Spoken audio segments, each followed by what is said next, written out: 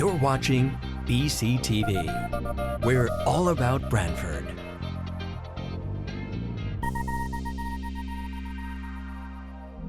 You're watching BCTV, Brantford Government Television, a service of Brantford Community Television.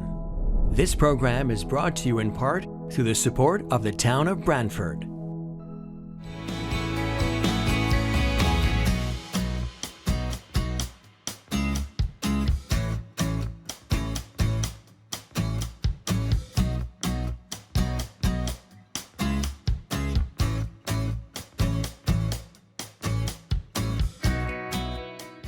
It is now 7 o'clock on Thursday, January 11th.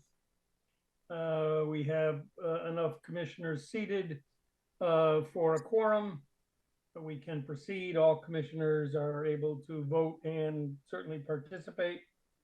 The meeting is being held this evening. It's a virtual meeting in accordance with Public Act 22-3. Please, when you speak, announce your name and title each time you speak. Materials for this evening's meeting are on the town Dropbox. Copies of the agenda are there. The meeting agenda that we are using this evening was one that was filed on January 9th. That superseded one that was in the Dropbox on January 5th. We're going to do a roll call this evening. At this point, Commissioner Begeman. Commissioner Begeman present. Commissioner Gokowski. Commissioner Gokowski present. Commissioner Armrod. Commissioner Armrod present. Did I miss anyone? I don't see Melissa. Mayor, Melissa. Commissioner Finaro present. Okay, that's one, and we have 5. That's good. Thank you. Now we have staff present this evening as well. Amy Frederick and the go ahead. wetland agent present. Katie Blanchett and the wetland associate present. Great, thank you. First up, minutes for approval for December 14th, which was a regular meeting minutes.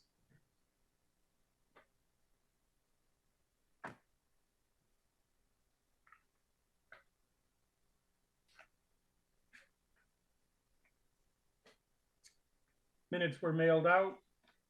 Is there anyone willing to offer a motion regarding those minutes? This is Commissioner Finaro. I'd like to make a motion to approve the minutes from January, the last meeting in December. And do we have a second? Commissioner Gokowski second. Any discussion of those minutes? Any friendly amendments? Okay, let's hopefully get a group vote on that. Is there anyone that doesn't approve those minutes of December 14th for approval this evening? I guess we have a move then for approval regarding December 14th minutes. First up, application for receipt, Inland Wetland 231202, 7 Fir Tree Drive, where they look for enhancements regarding landscaping and the wetland buffer. Real quick, Jamie Frederick and the wetland agent, I just want to identify that Commissioner Papatones has joined and would be seated based on the number of commissioners. Great. Welcome, Melissa.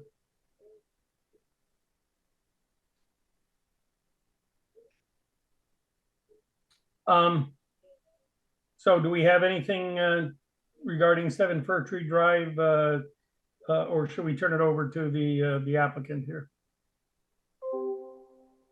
Jamie Frederick and the wetland agent, if the applicant wants to give a brief presentation, I guess I would just introduce that the activity is fairly minimal, but it's close to the wetland. By fairly minimal, I mean it seems to have a positive overall impact to the wetland. And I didn't check recently, but I believe we're expecting a brief presentation on this. Um, maybe not. Who's here for 7 Fir Tree Drive? Oh, I'm on, Jamie, Matt Davison here. Okay. I actually wasn't intending to give a presentation this evening. I'm on for another application. I was actually just going to allow this application to be received tonight, and then I was going to give a presentation at the next meeting, if that's okay with the commission members. This is Commissioner Bassman. Anybody have a different feeling regarding 7 Fir Tree Drive? This is Commissioner Begamon. I'm fine with that, but I just have a question about ground covers, and I don't know if that's you or the landscape design person, or is that it? Maybe that is you. But my Yeah, it could be both. Yeah. okay. So my question is, I know they're not labeled as invasives, but Vinca minor and Pachysandra are kind of on that edge. So I don't know, you may take it back. That's just a thought I had. Yeah, no, no, I appreciate that. Yes, I will bring that back to the landscape architect. And then we'll probably make an adjustment for the next meeting, but I appreciate that. Sure.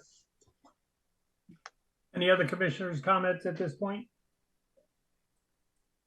I guess we'll see you later on in the meeting then, Mr. Davison. Thank you very much. In the wetland 23-1203, 26 North Main Street, remove and replace 3 mobile homes, numbers 6, 11, and 20. Jamie Frederick in the Wetland Agent. I know that the applicant is present for this and did want to go over the application briefly to make sure that they're in good shape for the next meeting. So this is 26 North Main Street. It is small trailer park across the street, basically from where Honey Spot 3 is. And basically they're looking to remove 3 mobile homes and replace them with 3 new mobile homes. The existing trailers are not on concrete pads per current standards. The replacements would have to be on concrete pads, so they'd be making the concrete pads and placing the trailers. And the units are a little bit bigger than they used to be, due to, I think, what's on the market. So there's a survey of the overall site, and then you should have received in your packets the site plans. They say draft on them. I wasn't sure if that would be satisfactory given the scale of the project and the fact that we have the A2 survey of the overall project or the overall site. So if there's any concerns there, I think that we should let the applicant know that. And then I know that the applicant was looking to get rid of the 3 homes that are in place sooner rather than later. So I guess one question I would have for the commission is, would you consider the removal of the existing mobile homes a regulated activity, or just the establishment of the concrete pad and replacement of the mobile homes? This is Commissioner Bassman. Jamie, you did say that the footprint, the unit itself is larger. Is the footprint of the footing that it goes on also larger? Correct. Yes, it will be slightly larger. So I'll pull up the site plan for the one that is closest to the wetland. And we can always hand it over to the applicant to clarify anything that was said after we address your questions. All right. So Jamie Frederick and the Wetland Agent, is everyone seeing the site plan? Yep. Yes. Okay, so this is Route 1 right here. Just over here is restaurant, the diner. And then there's a water course and associated wetland complex along the front of, or in between Route 1 and the trailer park. The actual extent of the wetland hasn't been delineated, but you can see the main water course area. And there's a grade change that kind of demarks the upland area from the wetland area. So essentially it looks like you can see the existing structure is this white shape here with the black outline, and the new trailer will be revised. 13 feet 4 inches wide and 60 feet long with a 61-foot long pad. So it's going to extend, if I had to guess, about another 4 feet closer to the wetland. My understanding is that there was some utilities that were removed in that footprint. But it is getting a little bit closer to the wetland. This is Commissioner Bassman. Jamie, what is that distance? Can you guesstimate that at this point? So if you look from the corner of the proposed trailer to the property line, it calls out 4 feet, and it appears to be a similar distance extended towards the wetland. So I'm guessing about 4 feet closer to the wetland, and that overall from the wetland area, it's probably about 20 to 25 feet. Okay. Does the Commissioner Bassman here, does the applicant want to kind of fill in the blanks on this project? This is Susan Faricelli. I'm here.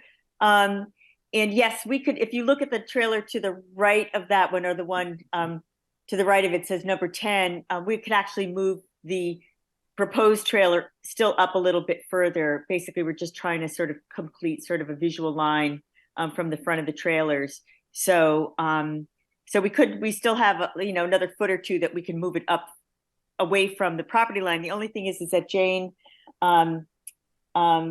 from the building department just still thinks that I might need to apply for a building variance, even though I'm moving the trailer closer into my property than,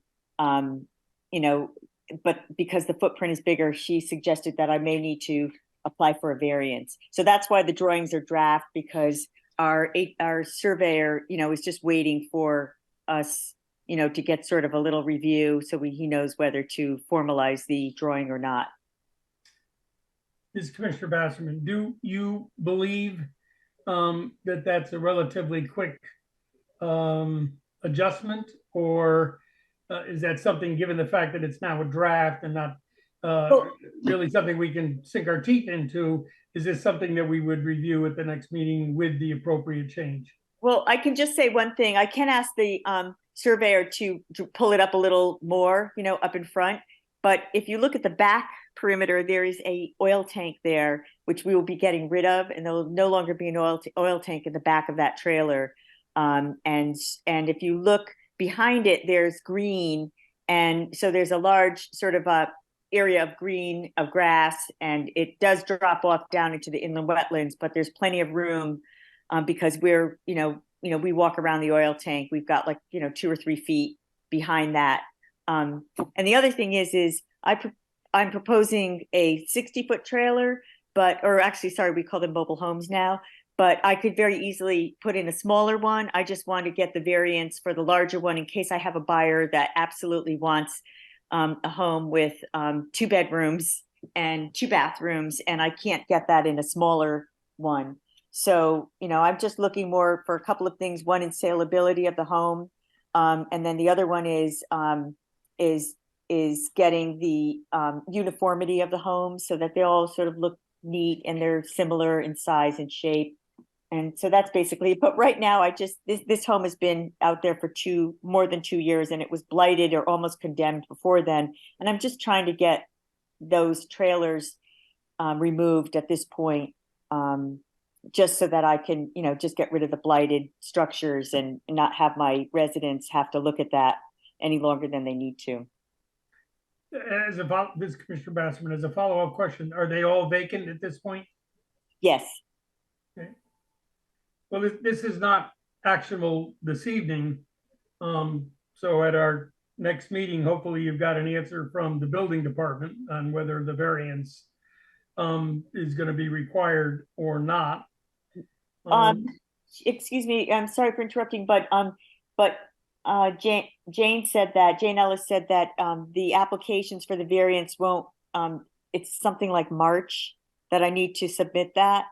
and or that's when the next review is, so I won't really know. And she said even if I she suggested that I submit it, they may say no, it's fine, you don't really need a variance for that.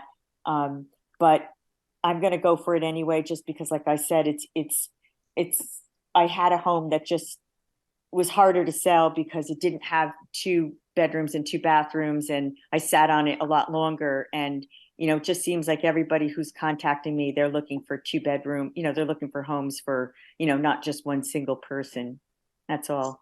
But if I got somebody that came in and said they just want a smaller home, then I'm happy to put that in. So just to wrap it up, what I can do is I can ask Adam Hoffman to move the home up, another foot or 2, so it's in line with number 10.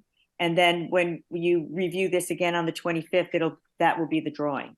Does that make sense? Would that be satisfactory? From my standpoint, certainly a step in the right direction. I have a problem reviewing anything that still has draft on it, because it doesn't sound like it's the final plan. So as close as we can get to the final plan for the next meeting would be great. Okay. And this is Commissioner Begemon. So 2 questions about inland wetlands and mobile homes. I don't think it's any different from any other type of property. So not knowing where the inland wetland is, for me, is a question. And second, when you have, Jamie, you were talking about removal, and if we're removing oil tanks and all, it seems like that could be a risk of contamination, obviously, from, the home has been vacant for 3, or actually hasn't had oil in it for 5 years. The tank is just there. It's been emptied. It's just that the owner just had it there, and it's his property, so I can't really do anything with it. But the tank is empty and it hasn't been used. He hasn't had heat or any kind of thing like that. He hasn't had any oil, heat, or any heat in the trailer for the past 5 or 6 years. Yeah, this is Commissioner Begemon. My question is really, if we're removing materials, I'd like to know like more about the wetlands, if that seems reasonable to the commission. I mean, Jamie Frederick, in the wetland agent, I understand the point you're raising, and an on-site wetland delineation is a standard requirement for an application. This is a little unique because if you look at this line right here, where it's 4 feet off of the structure, this is the property line. So the property between this line and the road is not owned by the applicant. It's owned by somebody else. So it's an off-site wetland. And we can't require that somebody delineate an off-site wetland as part of an application. This is Commissioner Begemon, but it's in the 100-foot review area. Correct, which is why it needs an application. Yeah. Okay. Yeah. Got it. But this is Commissioner Raskin, but I do think Commissioner Begemon does raise the issue about allegedly that tank is empty. I don't know if there's empirical evidence of that, or it's just not been used. Who knows what's in there? Who knows what sludge there might be there? So I think the application needs to discuss how that tank is to be removed and whether protection for the wetlands, given its location, is going to be a feature of that removal.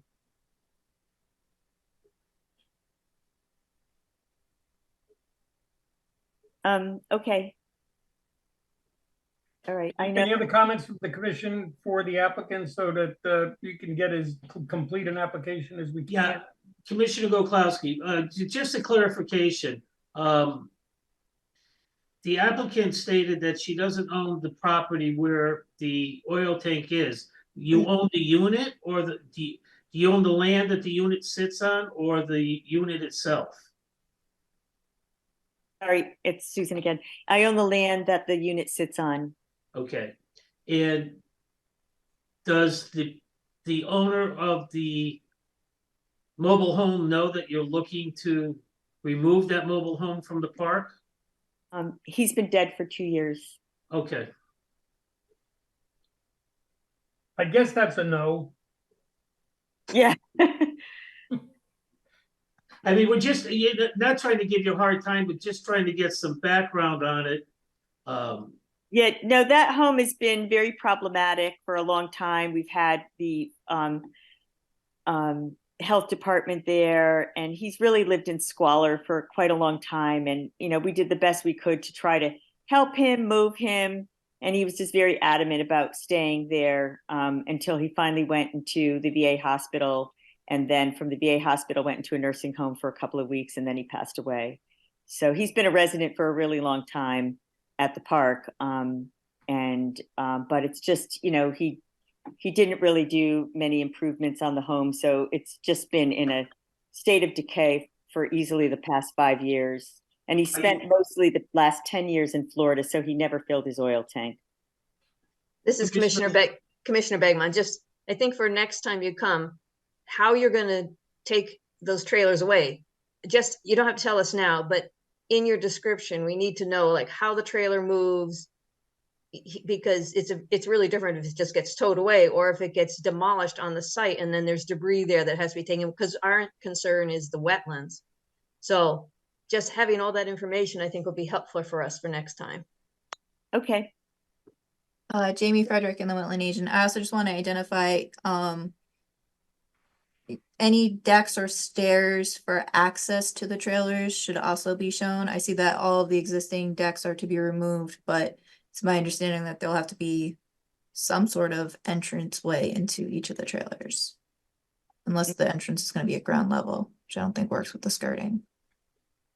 You mean for the new? For the new trailers, yes. Oh, for the new homes. So you're showing that the stairs to be removed. So what the stairs to enter the new home should be shown. Depends on the home that they choose, that we put in there. There's a, you know, the floor plan, and but that's the footprint. And so the stairs could be to the, you know, to a front and a back door on the right side, or they could be one in the front and one in the back. And it all depends on the ultimate floor plan that is available for us when we get the home. You know, it's a 4 foot by, I'll put something in that's, you know, sort of maybe typical. Yes, I'll do that. Yeah, I think at least if you can put something typical in, so that way the commission knows how extensive you're looking to have any exterior decking fee would be helpful. Okay, and then just beyond that, once we just put in the standard stairs, and then when the owner wants to put a deck on it, they have to go to the building department and get permission. Correct. That would require a building permit, Right. which would trigger in the wetland review. Okay. This is Commissioner Pavantonis. I'm a little confused based on, and I want to piggyback on Commissioner Golkowski's question, because somebody owns the property, even if the person who was living in the trailer passed away, right? There's no heirs, there's no estate. It's been abandoned. All right, and the state of Connecticut, then, I mean, the property is Sheets. Pardon me? I mean, if somebody dies without heirs, then the state, the property belongs to the state, I believe, if you check the statute. Yeah, we've gone through over 2 years of probate on that home. There's no value to the home. I mean, there are heirs, but there's no value to the home, just liability. There's probably about a $24,000 loss in rent to date. And so none of the heirs want any of that. And so they've just abandoned the home, and we're stuck with it until we can remove it. Okay, thank you for clarifying. See you in a couple of weeks. Okay, thank you. Thank you very much. Have a nice night. Next, inland wetland 240102, 38 Howard Avenue. Previous patio and landscape retaining walls and shed. Jamie, can you give us an update on this? Wait a minute. Oh, wait a minute. I missed 66 Grove Street, inland wetland 240101. So Jamie Frederick in the Wetland Agent, I was looking through the attendance list. It does not look like the property owner was able to join us. He wasn't sure if he would be able to make it. This is a permit application for a shed that is already under construction. It was brought to my attention that something was being constructed. I looked up who the property owner was, reached out via letter, told them to submit an application. I did meet with them on site to take a look at the shed as it's currently being built. They indicated that they were replacing a shed that was previously located approximately in the same location on the site. And they submitted a survey showing the property and a shed in roughly the same location as where the new shed's being built. I think the shed used to be a little bit higher up the hill and now it's a little bit further down and potentially closer to the water course. It's hard to say because the water course meanders down the hill. So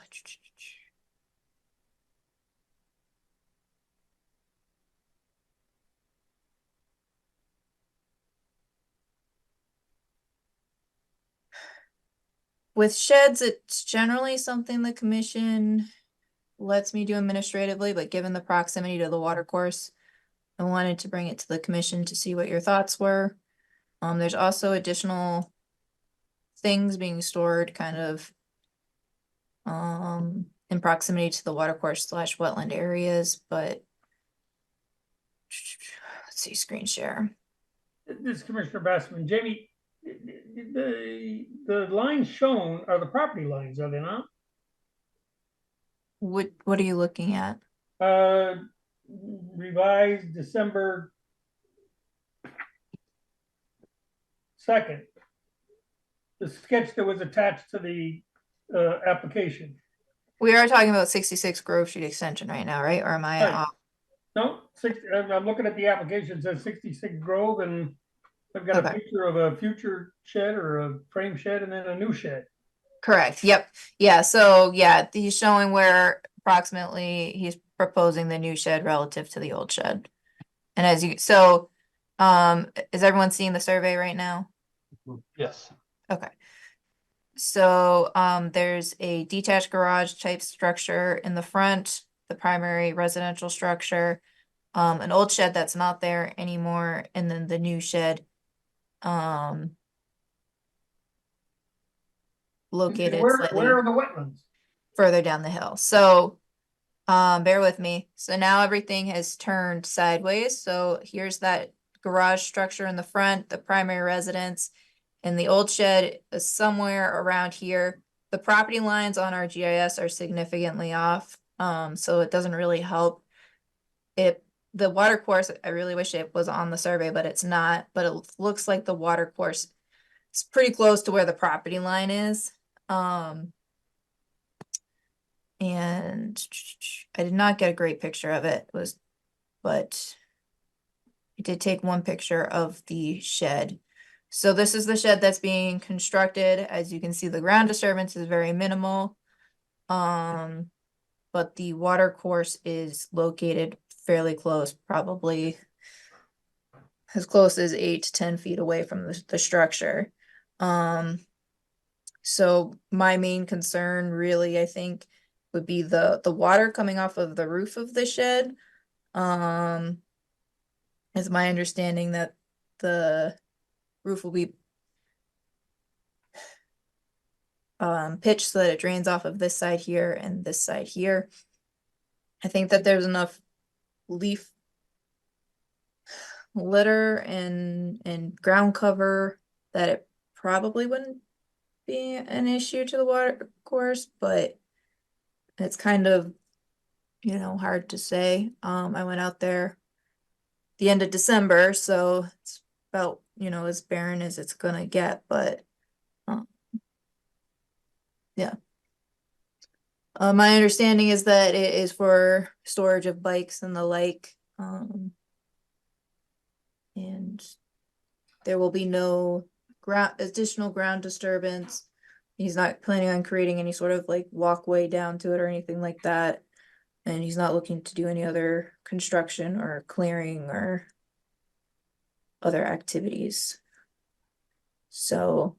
This is Commissioner Bassman. Jamie, would a I don't know, a soil buffer, I don't know, 10, 15 feet soil buffer help to mitigate whatever runoff there might be in, a storm like we had the other night? You mean have him move the shed? Well, move it, but if to the extent that there's some reason why it needs to be in that location, given the fact that it's already, looks like it's. I think, yeah, the primary argument for its location is the fact that it's there. Right, right, right. So Um, is there some way to either create a diversion or some kind of buffer that would direct the water away from that close water course? And Yeah, at I a mean, minimum, and at a minimum, in my mind, the sketch needs to at least indicate where the water course is. There's nothing regarding wetlands or the water course on the sketch. so I think it'd be very difficult for him to try and add the water course to the survey, but I could give him a copy of the GIS map to sketch the shed on, which does show the water course location. Would that I be think for our, I helpful? think for our approval, consistent with what we have tried to do with other sheds and things like that, is we need to have some indication of wetland or water course on the Yeah. sketch for which we're approving. Sure. Would a GIS map be Bukowski. sufficient, or are you looking for an updated survey? No, as I said, something on the sketch so that we can say we did our due diligence, and to the extent that it's not a survey, but rather as best representation as we can of where that water is, that's sufficient for me. Sure. Commissioner Goklowski. Jamie, do you have a picture of the whole landscape or just that part of the shed? My question is where's the entrance gonna be on the shed? Is it gonna be on the water course side? Or is it gonna be on a different side? So it's on the side opposite of the water course. Okay, Um, but you only you- grabbed that one picture, right? I only grabbed that one picture while I was out on the subject property. But I did view it from the land trust property, and I have a picture from it from that view. It's a very far away picture, but it shows more of the landscape. So if you give me a minute, I can pull that up. Okay.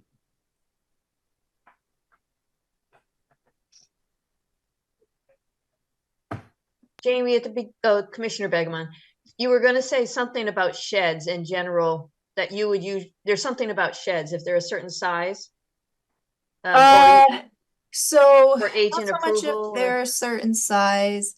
But I guess like, so from the town standpoint, and I think building code, anything under 200 square feet is considered a small structure, so it doesn't require a building permit, but it requires zoning permit, it requires an inland wetland permit if applicable, and it requires review by other departments like the engineering department to make sure it's not being placed over a sewer easement or something like that where it shouldn't be placed.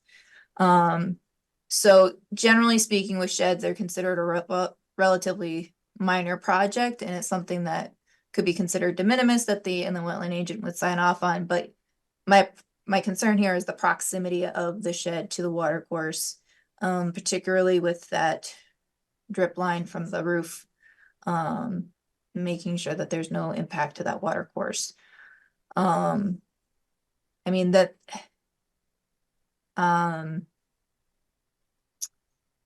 I did go out to the site, so when I was viewing it from offsite, I was concerned as to whether or not it was in an actual wetland area based off of GIS information. It does appear to be an upland area. That hillside has a lot of ledge. And there was very minimal ground disturbance based on the way that it was constructed. But it's certainly very close to the water course within the commission's jurisdiction, and I'm not sure if it falls into an agent review or if it's something the commission wants to retain looking at. And I certainly think having the sketch on something showing the water course makes sense. I just wanted to see if the commission wanted any additional information as well before, following up with the property owner. Commissioner Basserman, I guess from my standpoint, updating the sketch for the water course, and if you can sign off on the concern regarding the stormwater coming off that shed that would not negatively impact the water course for the area that's immediately adjacent to the water course. I'm okay with agent approval.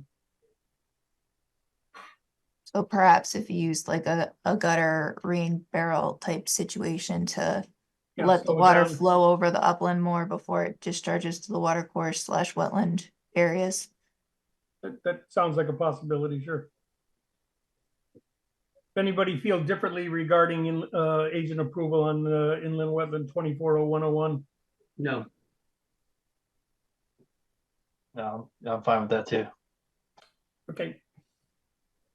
Do we need a roll call on this one or not, Jamie? General consensus is fine. Great. I think we have that. Now, inland wetland 240102, 38 Howard Avenue, previous patio and landscape retaining walls and shed. Jamie, an update. All right, Jamie Frederick and the wetland agent. This address probably sounds familiar because it's been on our agenda. This is a new application.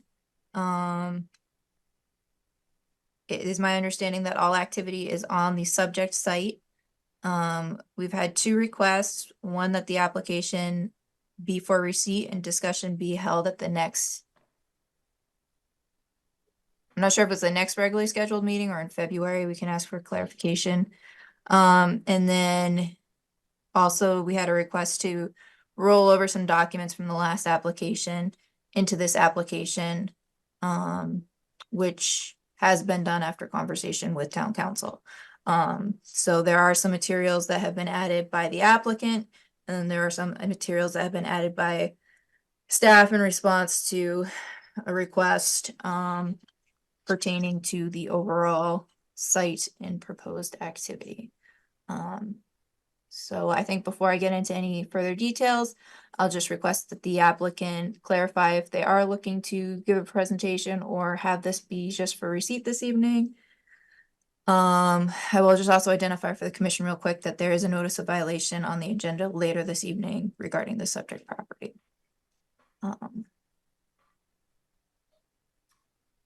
Good evening, Mr. Chairman. I'm attorney Marjorie Shansky and I represent Kim McCabe and Charles Watts from 38 Howard Avenue. And I'm here this evening with my clients and with Jim Preddy from Criscolo Engineering and Matt Davison from Davison Environmental.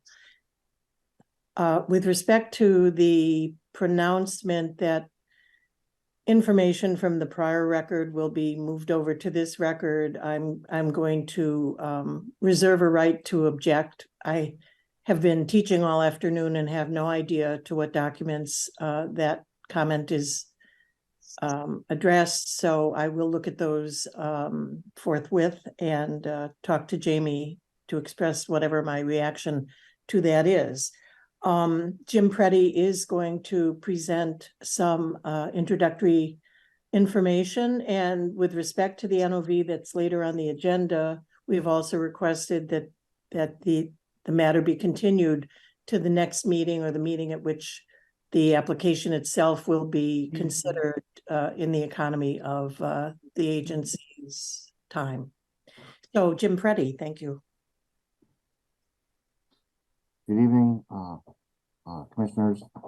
Jim Preddy, Criscolo Engineering, here at 420 East Main Street in Brantford.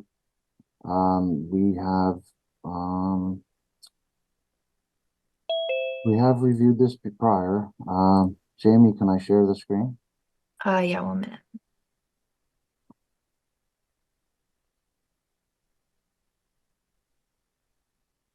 All right, you should be good.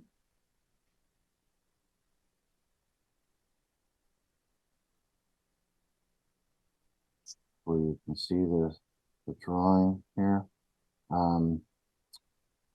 This is the site at 38 Howard. It's on the northeast side of Howard Avenue, where Howard Avenue turns into Howard Avenue Extension. Existing home here, the driveway along the side of the home, patio area, and then along here is the retaining wall that had been constructed well, about a year ago now. And then a slope area that goes down to a water course that kind of comes from off the property onto the property, back off the property. That is a drainage conveyance that comes from a different road, and there's a number of pipes that enter into this drainage channel from other properties. So this work had been done. Inadvertently, the owners did not know that they needed a wetland permit for this. So when the letter from staff got to them, they called us. We were hired to help with an application. We then performed the survey that you see here, and then we had done the application that you had seen prior. What we are planning on doing now is basically what we had shown before. I want to zoom in here.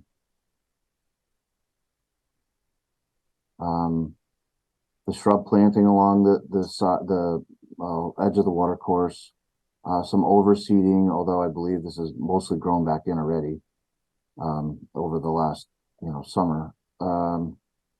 But the plan had been to remove and rebuild the wall, keeping it to less than 3 feet high everywhere, and moving it off a few feet off the property line as well.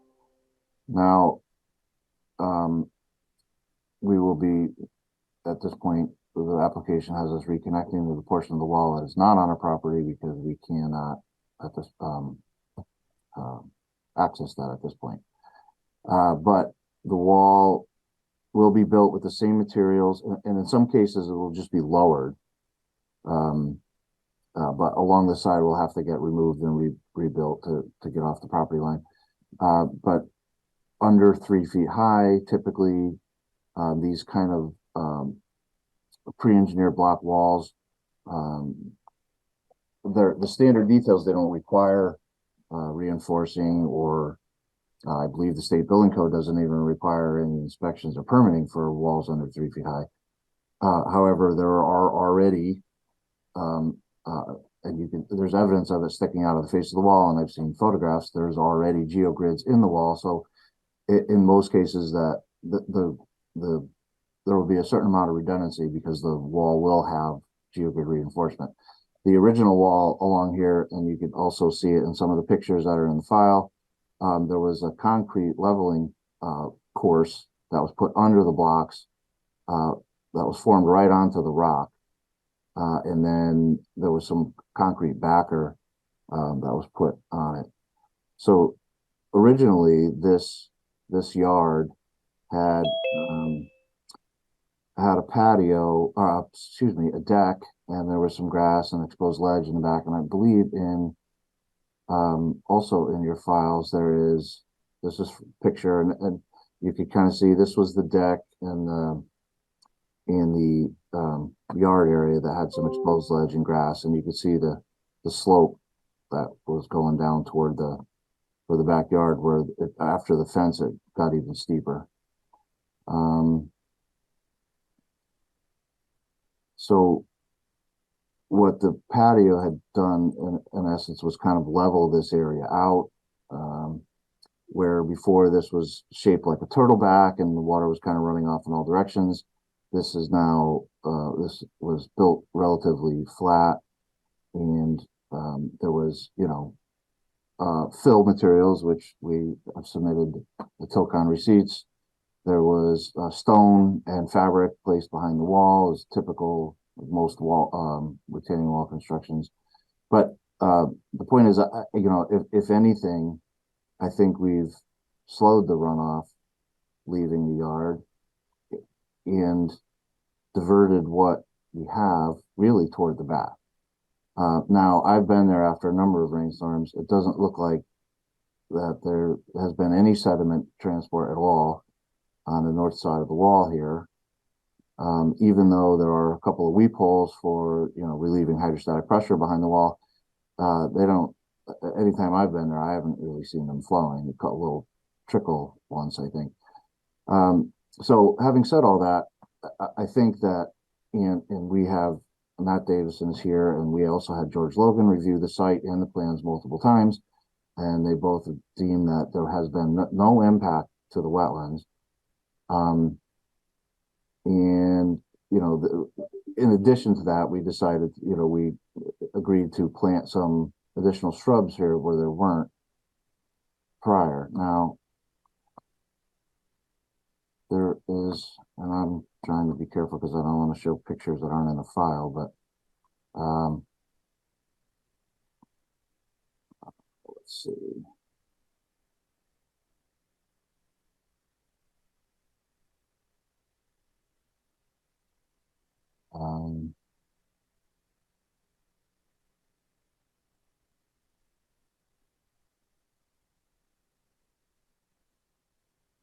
So these are the pictures of the slope when it was had first been cleared. You could see that the prior owner had dumped brick and concrete and things, which is, I'll say clean fill, but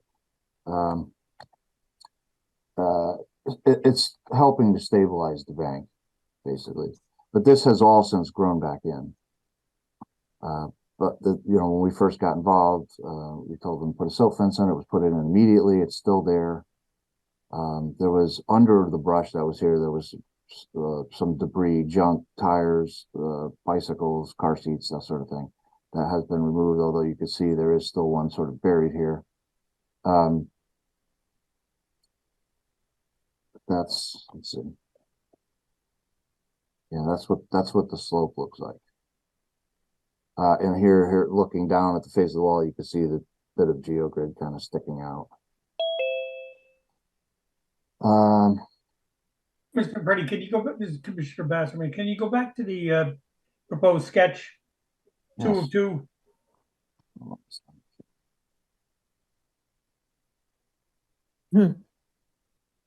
Yes. There we go. Just to be clear, the area to the right of where the shrubs and it looks like the wall is down further. Yeah, right there. Yes, yeah. Did that have a concrete pad for the wall as well, or was So that? this wall here hasn't been built yet, but we included it to have to not come back. This wall on this side has been built, and this, if I zoom in a little more, this part of the wall here, which admittedly is too high, and we have zoning issues that we're going to address by rebuilding this wall at a maximum of no more than 3 feet high. But this is the wall that here is coming out and getting shifted off the property line and rebuilt. This wall over here, which will also be less than 3 feet high, has not yet been built. Okay, will there be any underpinning concrete for that wall, or is that right on grade? Jim Preddy again. It would be built the same way, where they would pour a leveling course right on the ledge for the first row of block. Okay, so the wall that's in existence today, Yes. is all of that now on the subject property, or does any of it extend onto the next door neighbors? So all of this is on the property to here, where we're reconnecting. This part here is it's sort of a diverging line. It was built over the property line to a maximum of about 4 inches at the end to 0 about here. So there's a little bit that's over, and that was this kind of the sticking point. I believe before. I'm not gonna. I'll let Marjorie speak to that, but we're not at this point. We're not touching that. So that all of the construction that's to take place, the removal of the old wall, its replacement, as well as the new wall, all of that remains on subject property 38 Howard Avenue? That's correct. The new wall will all be completely on 38 Howard. Yeah. And I may have a totally incorrect thought in my head of how the wall exists today. But my understanding was that not all of that wall is on the subject property today. Well, that's what I just indicated, that this piece here is about 4 inches over at the end here, and then it tapers back to the property line about here. So then what happens to that existing wall that's not on 38 Howard Avenue when you're constructing the replacement wall? Well, that will have to remain at this point. In your view, as an engineer, is that stable enough to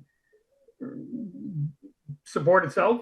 Yeah, I believe so. And again, there are grids. It's only about, at this end, it's only a few inches. I think it's less than a foot high here, and it's only a couple of feet high when you get back. And we would, you know, kind of reconnect to the back of the wall anyway. But the fill and block behind the wall would stay for now.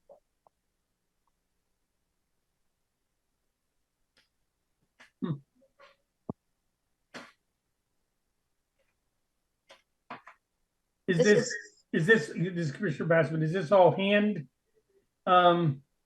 dug and hand removed and hand replaced? I think they'll have to use a mini excavator for some of it, but all the block is placed by hand, yeah, and the formwork is done by hand. Because they're going to be sort of selectively removing some of the block on the portion of the wall that's going to stay. They really can't do any of that with an equipment. They'll have to kind of pull that apart by hand. Along the side here, I mean, they will have to break up the concrete that's under the old wall, but again, that can be done with hand tools as well. This is Commissioner Bassman again, and you mentioned some kind of geo support structure.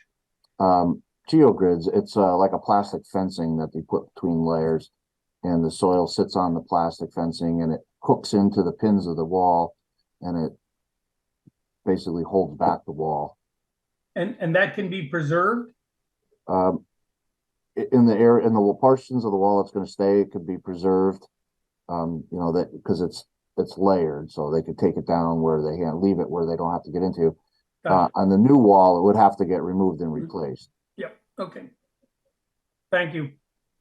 This is Commissioner Begman. I'm just thinking about, you know, the Matt Davidson's report was from July of 23, and with the addition of another wall, the one you talked about, that's the other new wall on the, whatever it is, the east side. I don't want to have questions raised next time if there's going to be a change in the way water gets diverted through the yard, through that, and we won't know whether that's going to cause some sort of problem with the wetland. No, so the revised plans that George Logan's second letter was for, and the letter from Mike Ott, we had another engineer review the plan. They all showed, those plans showed this wall and the new location of this wall to that point. Okay, Commissioner Begman, thank you. I don't know, maybe Marjorie, maybe not want to let Matt speak to the wetland impacts.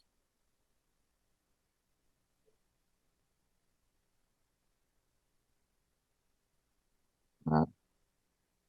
Sorry about that.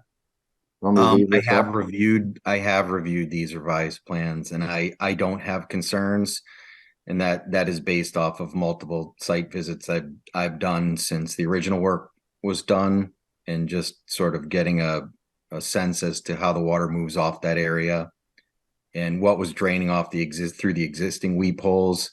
I don't have concerns with the new design.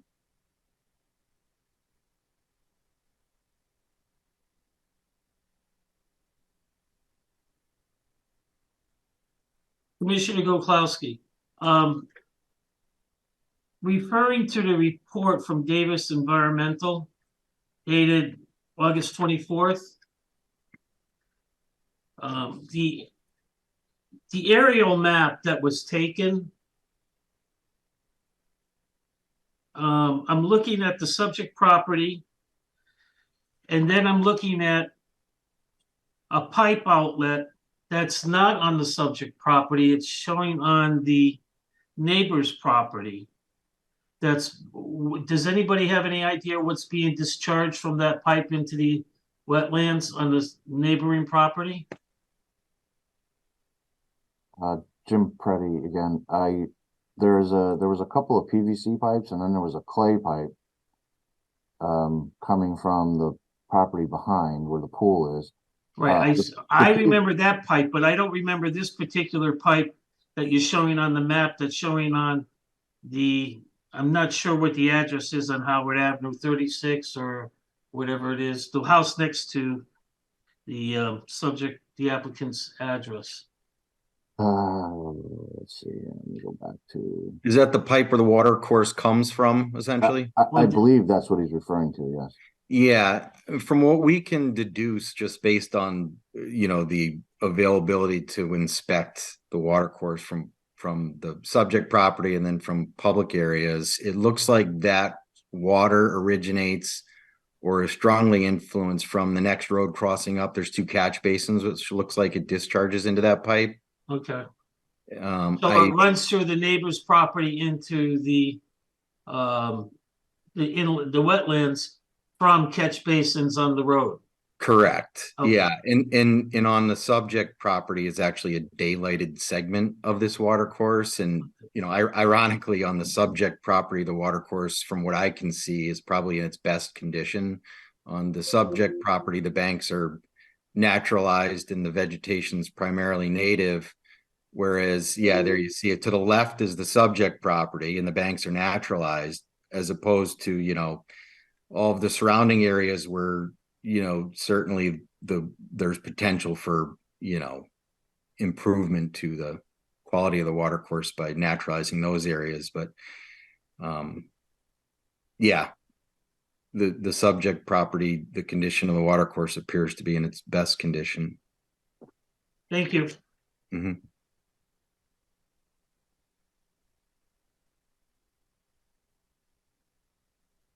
Anything else from the commission?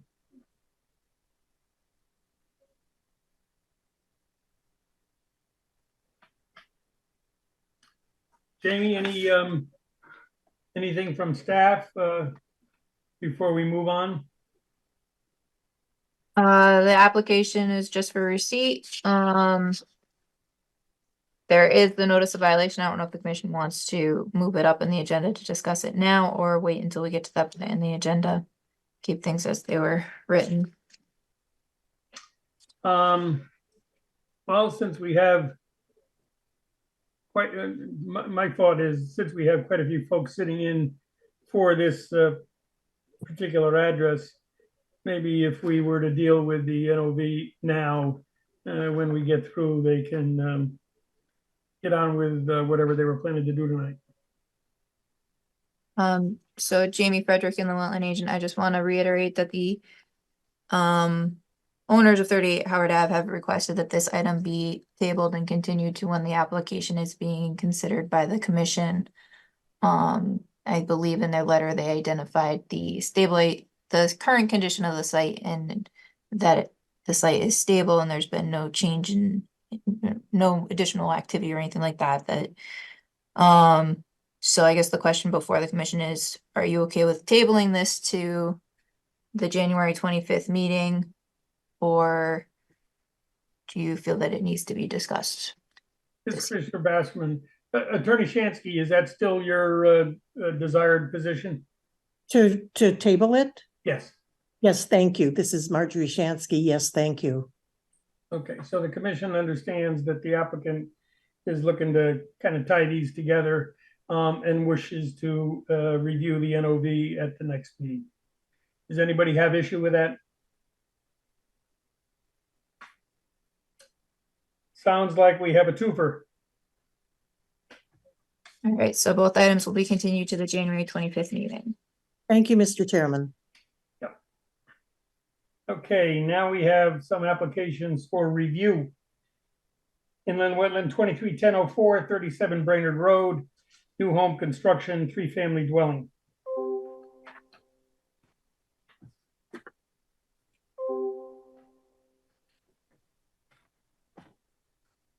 Jamie Frederick and the wetland agent, this application, is actionable, in the sense that it, you know, has been for receipt. And in fact, due to the time frame, the commission has to make a decision or request, consent from the applicant for an extension of the time frame to review the application. At the last meeting, we were looking for some revised plans to address some drainage concerns. We have received revised plans, which the town engineering department has reviewed and are satisfied that their concerns have been addressed. So I have prepared a staff report for consideration. We can start off by pulling up the revised site plan for you guys to get refamiliarized with the project and see what has changed.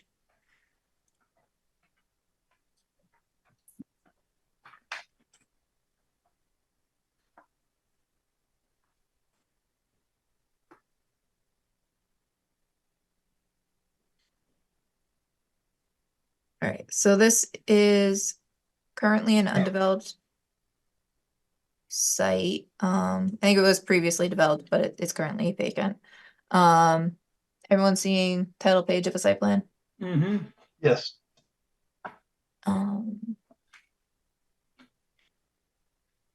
So it is a sloped property, sloping down from the road to the rear of the property, and the wetlands are located just off site. So from this picture, from this site plan, you can see the offsite wetlands, and the 100-foot upland review area goes through the roughly the rear third of the proposed structure, which is to contain 3 residential units. At the last meeting, there was some concerns regarding the proposed drainage. It was all proposed within the parking lot area, and there were some details that were not quite connecting. So the drainage has been revised per the town engineering comments so that only the overflow from the driveway drainage ties into the catch basin, which would overflow into the town road. And then the roof drainage is handled by 2 separate infiltrators on either side of the structure. And then there's a footing drain proposed to the rear of the structure as well. I believe there may have been some minor revision to these retaining walls, and I think the walkway may have been added since the last review. And I think also the utilities connections were changed slightly. Commissioner Bassman, Jamie, is the only substantive stormwater change the catch basin overflow at the parking lot? So I would say the changes are the details of how the overflow works in the parking lot and splitting out, because the roof drainage was proposed to connect into a drainage in the parking lot too, which would okay. ultimately overflow. So having it split into 3 separate locations allows for any overflow to be more spread out and less concentrated.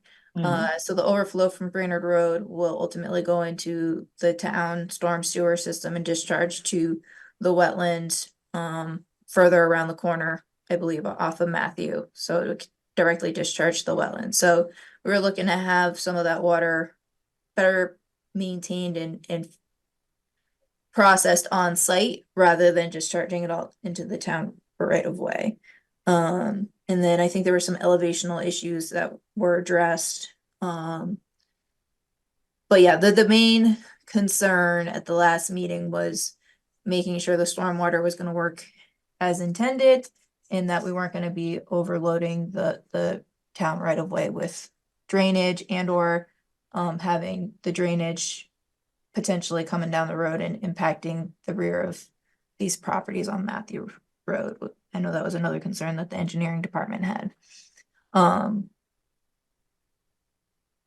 So yeah, that's the highlight of the changes. I believe we have the applicant present if the commission wants any brief comments from them. Oops.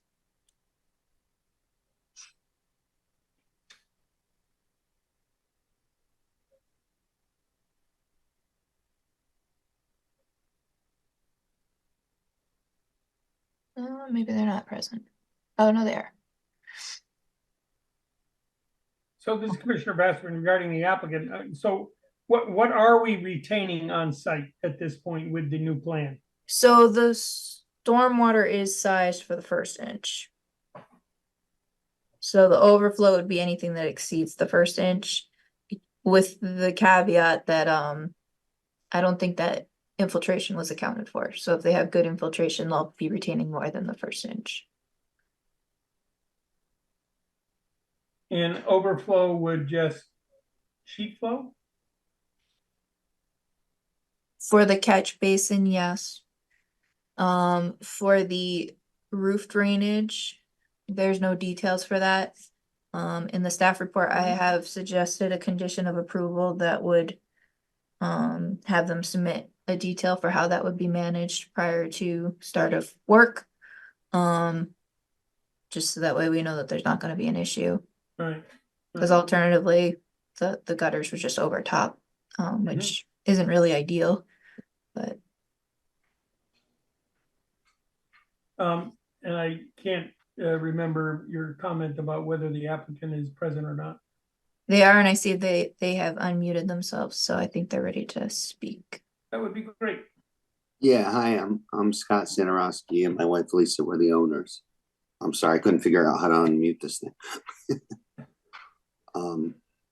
Yeah, so I mean, if you have any questions, I can answer them. As far as the overflow for the leaders, I think Johnny from Nafis and Young's working on that, and you should have that by hopefully the beginning of next week. No. This is Commissioner Baskin. Jamie, did you say that we would need an extension if we did not act tonight? Correct. This is Based Commissioner. on that comment, it sounds like we need to get an extension to review the hydrology associated with the stormwater for the roof stormwater. Yeah. I'm sorry, it's Scott Sanarowski again. I appreciate your concerns, but I thought, Jamie, that you said it could be a condition. I mean, can it just be a condition of the approvals just for the overflow? Jamie Frederick and the wetland agent. I said it could possibly be a condition. That's up to the commission to determine. So like I said, I have drafted a condition that the commission can consider. Yeah. And that's for them to consider if that's enough information or if they feel that they need that information before they can act on this application. So for the commission, I would say that the stormwater management for the first inch, which is what's required by the regs, is provided. The infiltrators are located pretty far away from the wetland. I definitely think it's important that there's some sort of overflow mechanism provided. I think that that's something that I could possibly review prior to the implementation or prior to start of construction. But like I said, that's for you guys to decide if you're satisfied with that as a solution, or if you feel like you need to see that detail. This is Commissioner Baskin. How about the size of the infiltrator, Jamie? Is that something that engineering has looked at? Yes, the size of the infiltrator was sized by the applicant's engineer and has been reviewed and approved by the town engineering department. Thank So you. that's why I am that and the distance of the systems from the wetland and the fact that there's some pretty easy and reasonable solutions. I think that is something that could be handled as a permit condition. It's kind of on the edge, but whereas last time we had a problem with where the infiltrators were, how water was getting to them and how water was getting out of them. So the big concerns have been addressed. And right now, without any overflow mechanism, it would overflow at the gutter essentially. So you would have then sheet flow from essentially the structure over about 80 feet of land before it gets to the wetland. So I would certainly be looking for the mechanism to stay within the existing footprint of activity. And This is that it's not going to cause an erosion concern. This is Clarice Begman. Oh, no, never mind. The face has just moved on the screen. I was missing Peter for a minute, but I see him. Okay. And I see Commissioner Armrod has his hand raised. Yeah, thank you, Commissioner Ormrod. Yeah, so it seems to me like if in the event that the gutters were to overtop and that would cause I don't know, some kind of flooding or erosion at the base of the structure. But it looks like there's a is this a retaining wall and some plantings between the structure and the rest of the property? No, this is Scott Sanarowski again. No, so what that is a silt fence, and we propose to put hay bales with 2 stakes behind it. There is plantings, and all the plantings are there, which we have to get a landscape pond for that. I mean, I would just appreciate your consideration in passing it with the conditions. I mean, we're just trying to get this started, and we have to go through zoning and building and everything else. I mean, the town engineer would approve the overflow, and Jamie would approve it, and you guys could approve it again, but could that just be a condition? I mean, we've been coming back and forth. We've been working on this since September. I know other projects take longer, but I mean, I have a whole crew of guys that have nowhere to go when I finish the job with them. I know that's, doesn't mean much to anybody else, but it means something to me. And we've went back and forth. We cut every tree down in North Branford to print these copies out 100 times, which is not your fault. It's my engineers and changes. But I mean, it's as simple as putting something on where the leader meets the drains that go into the infiltrators. That would be engineered by my engineer, approved by your engineer, and approved by Jamie, and ultimately approved by you guys because the conditions met. I mean, it's just time is of the essence, and we're just trying to make a living. I'm not a big corporation like some of the other guys like Bigliotti and stuff. We're just trying to build a couple of apartments. This is Commissioner Basserman. As a follow-up to Commissioner Armrod's question, the purpose of the hay bales at this point? Yeah, so I mean, people were concerned about the slope and the wetlands. The hay bales are behind the silt fence just to further protect the silt fence from runoff or silt getting into the wetlands. It was just an added protection that I thought would make everybody feel better about what we're proposed because of the slope of the land. I don't know if it was needed, it wasn't required, but I just, we worked on a whole bunch of projects where it's been a sloped piece of property, and we just felt it would be safer to work like that. And this would be only during the construction phase? Until the construction's done and the erosion protection's down and everything else, and reseeded and topsoiled, obviously. Gotcha. Yeah, Jamie Frederick and the wetland agent. It's a best practice when there's a slope on the site to reinforce the silt fence with hay bales.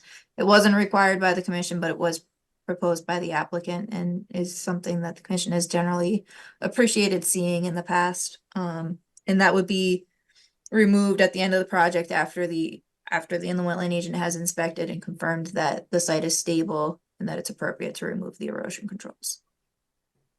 This is Commissioner Basserman. Does any commissioner have an objection to, at this point, looking at the prepared staff report that staff says that they have available?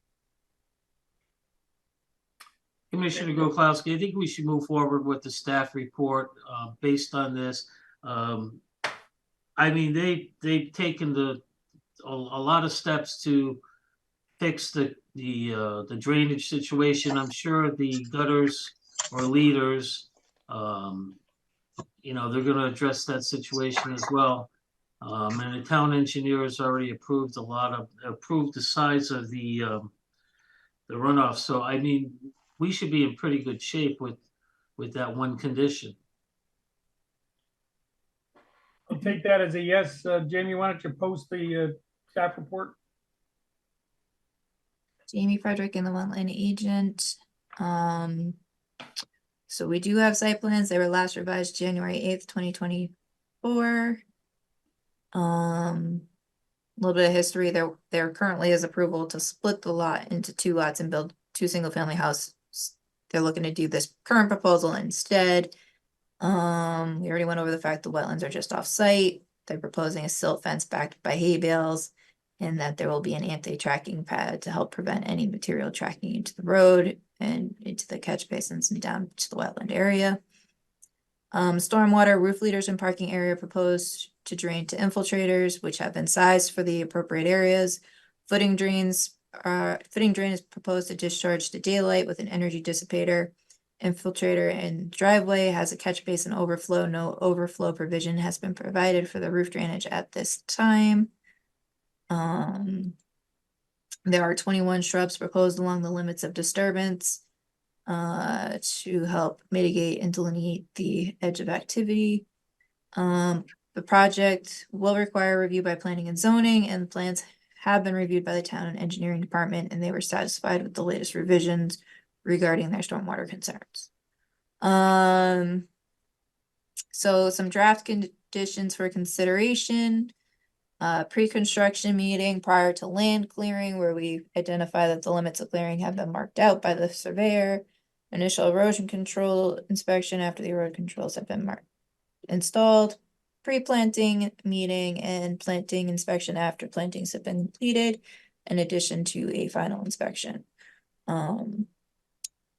So condition number 2 addresses what we were talking about earlier. Prior to start of site work or sign off of a building permit, whichever occurs first, details shall be provided to show how any overflow of roof drainage will be managed for review and approval by the inland wetland duly authorized agent, i.e. overflow diverter at downspout or yard drain. 3, erosion control matting as called for on sheet number 3 shall be biodegradable and installed per the manufacturer's installation instructions.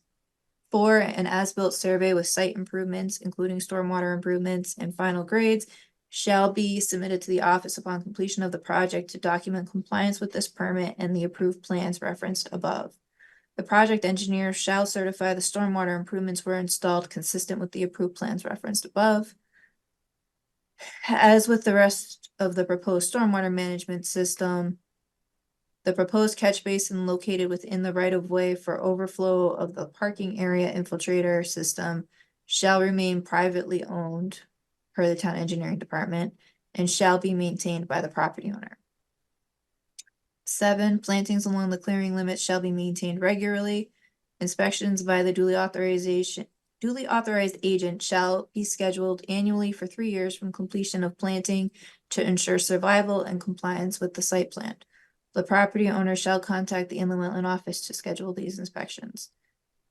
8, if property is transferred before the terms of this permit are met, the grantee shall be made aware of this permit and any outstanding permit requirements. 9, per Connecticut General Statutes 22A-42A D2A, blah, blah, blah, permit issued, which basically it says that this permit is not applicable until the needed planning and zoning approvals have been obtained. And that's per state statute. And then we have the standard conditions and general provisions of all permits. This is Commissioner Bassman. Jamie, I didn't see anything about a bond for the plantings. So I wasn't actually proposing that as a requirement. If the commission thinks that that's needed, certainly is within your right. I guess my only concern is, when do we, if this is a choice point, when do we decide a bond is required as opposed to not? What are the conditions? I think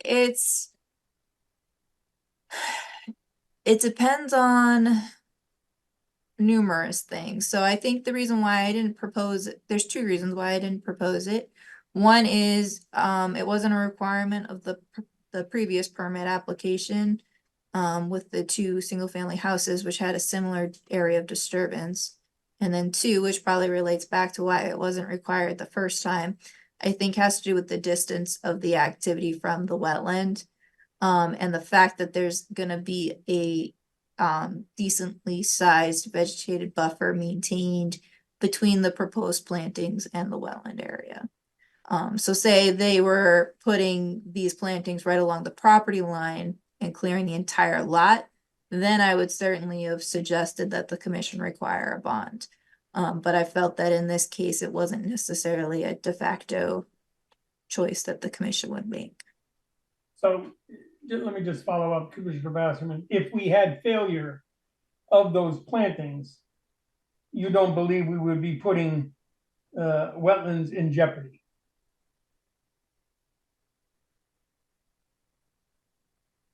This is Commissioner Begemon. They have to be monitored for 3 years. Yeah, so I mean, there's still a requirement. We're just not attaching a monetary consideration to that requirement. But let me understand the monitoring. If and in turn, because of the monitoring, you know, four units, 5 trees fail, is there anything that demands replacement? Compliance with the permit. I mean, they could be issued a citation for not complying with the permit terms. Gotcha. At the least, I think we need to at least document why we didn't require a bond in this instance. Certainly the distance to the wetland is a consideration that could come up again, you know, as we consider other plantings. But I think as part of our documentation, and Commissioner Boda continues to ring that bell, we need to make sure that we have documented why we, when there's a choice point, make the choice that we did. Sure. Commissioner Goklowski, am I understanding there are no plantings behind the subject plans right now, or are there plantings along that buffer line? Is there any plantings whatsoever there right now, Jamie? So, Jamie Frederick and the wetland agent, there's existing vegetation on site. Yeah. It says right here, wooded lot. You can see kind of this scalloped edge here. This is the proposed limits of clearing. Yeah. So I'm not sure. There's definitely some trees. There's shrubs. There's some herbaceous growth, but this area is all vegetated. Okay. I'm not sure if I copied the site photos from the first application. Yeah, it doesn't look like I did.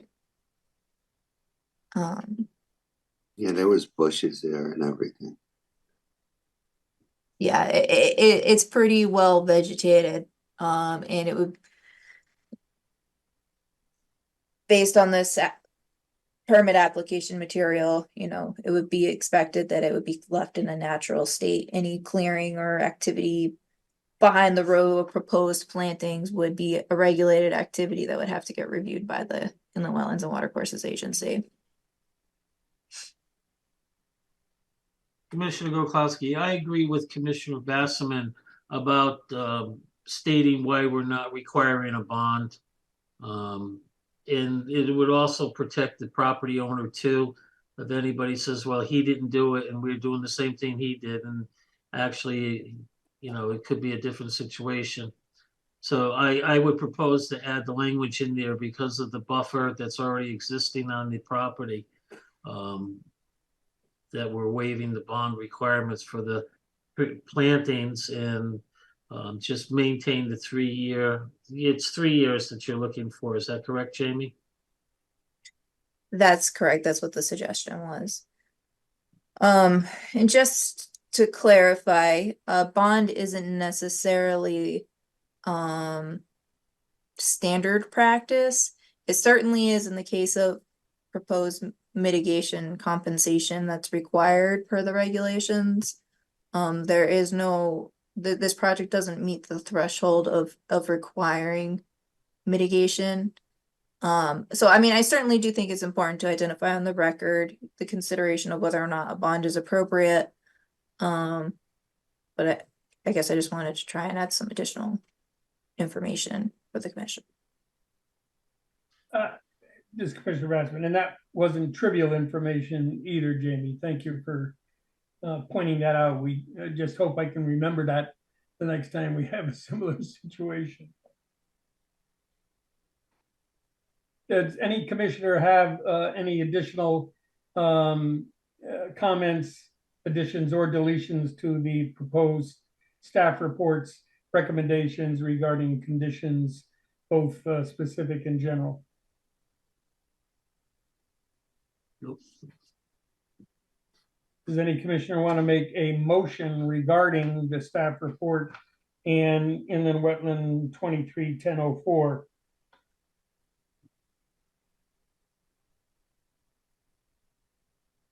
This is Commissioner Begamon. I can unless anyone else is ready to do it. No? The floor is yours. Okay, Commissioner Begamon, I make a motion that we approve inland wetland 23-1004, 37 Brainerd Road, new construction of a 3-family home with the proposed conditions in the staff report, 1 through 9 in the staff report dated 1/11/24, with all the standard and conditions and general provisions of all permits, and with acknowledgement that there is no bond. We're not seeking a bond for this approval of this application, given the distance from the wetland, the existing buffer of natural vegetation between the construction and the wetland. And it wasn't required for the previous permit. And it isn't required for the scope of this work. I would certainly second that. This is Commissioner Basserman. Anybody have any changes, comments regarding that motion? We ready to take a vote? Yep. Commissioner Gokowski, Commissioner Gokowski, aye. Commissioner Armstrong, Commissioner Ormrod, aye. Commissioner Papatonis, Commissioner Papantonis, aye. Commissioner Finaro, Commissioner Finaro, aye. Commissioner Begeman, Commissioner Begamon, aye. Commissioner Basserman, aye. By the way, that was a well-worded motion, Commissioner Begeman, on the fly, so to speak. Well, this is Commissioner Begamon. Thank you. I've been coming up to 4 years. I'm learning. Let's see. I think that's good to go. Good luck with the construction. Thank you so much. I appreciate it. Next up, inland wetland 23-1201, 25-29, and 31-33 Business Park Drive, removal of debris and drainage swale / watercourse. Jamie Frederick and the wetland agent. So this application was for receipt at the last meeting. Basically what the application is for is to remove debris from a water course that also functions as a drainage swale to help ensure that there's no blockages that would be causing flooding concerns on either end, I suppose, of potential blockages. So as part of this application, there was a fee reduction request. At the last meeting, the commission asked staff to consider the time to review the application or to process the application and come back with a recommended amount. So I considered that, and I also considered the merits of the application and the fact that this application is being proposed kind of, in the public's interest and making sure that there's not issues with the drainage function of the water course. So I recommended to the applicant that they submit an additional $200 in addition to the $60 deep fee that had been submitted with the application, for a total of $260, which is what we have on file right now. So as part of the review of the application this evening, I think the commission needs to affirm whether or not they're satisfied with that $260 application fee. I can pull up the language regarding fee reductions if the commission would find that helpful. There are ultimately 3 reasons to grant a fee reduction. One is if the application fee is clearly in excess of what it would cost to review the application. Another is if it's in the public interest or in the interest of the environment. And then the third is if the applicant has shown good cause. So the applicant touched on the first 2 as reasons to grant a fee reduction. So I did meet with a representative of the property owner on site to kind of look at the conditions. There are some debris, some woody debris, some overgrowth of vegetation on the woody debris, and also some what appears to be trash, like metal sheets. Well, I think there's only one metal sheet, but debris that could be causing delay of flow of water through that water course. And there is a town drainage network that discharges into this complex. And I think it's a fairly shallow pitched system, so it doesn't take a lot to back it up. So they're doing this project in the interest of making sure that they're not contributing to any problems with that drainage function. It is my understanding that the state has gone in and maintained the section of the water course and wetland area that is on their property, which is outside of the jurisdiction of this agency. So what this application is looking to do is continue that effort around the guess it would be the west side of the subject properties. So that the state did the south side and they're looking to continue. So I can pull up photos, I can pull up the letter from the engineering department. I'm not sure how much commissioners remember from the last meeting, and or I don't remember who was here at the last meeting. So Jamie, what would the fee have been absent the reduction? the fee would have been, oops, that's not what I wanted.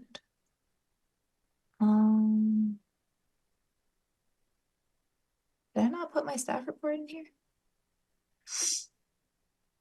It would have been 2,600, I think. Okay.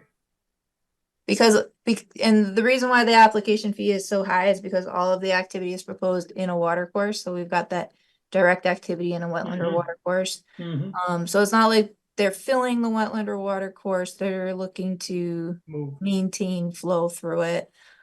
So, you know, I don't think that their activity falls into what that fee was designed to cover. Commissioner Goklowski, as I recall from the last time we looked at the pictures, the state went in and did a semi-quasi cleanup and just kind of moved the debris, partially probably on the subject property as well. They didn't actually remove it, they just kind of just moved it from one spot to another. I mean, I applaud the property owner for taking the initiative to go move forward and try to correct the wrong before any violations are issued or any problems are issued come forth. So, This is Commissioner Bassman. Does any commissioner feel that the $200 fee for this particular project is inappropriate? no.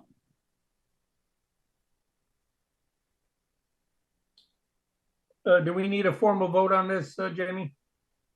I think historically we have done a motion. Okay. The motion, I guess, is to reduce the fee associated with project 231201 to a $200 fee, which gets added to the $60 standard, is that deep fee? Correct. Deep fee, given the nature of the project, which is to improve water flow in a water course on the subject property. Is there a second? Commissioner Goklowski, second. Any amendments to that motion? All right, we'll take a vote. Commissioner Begeman?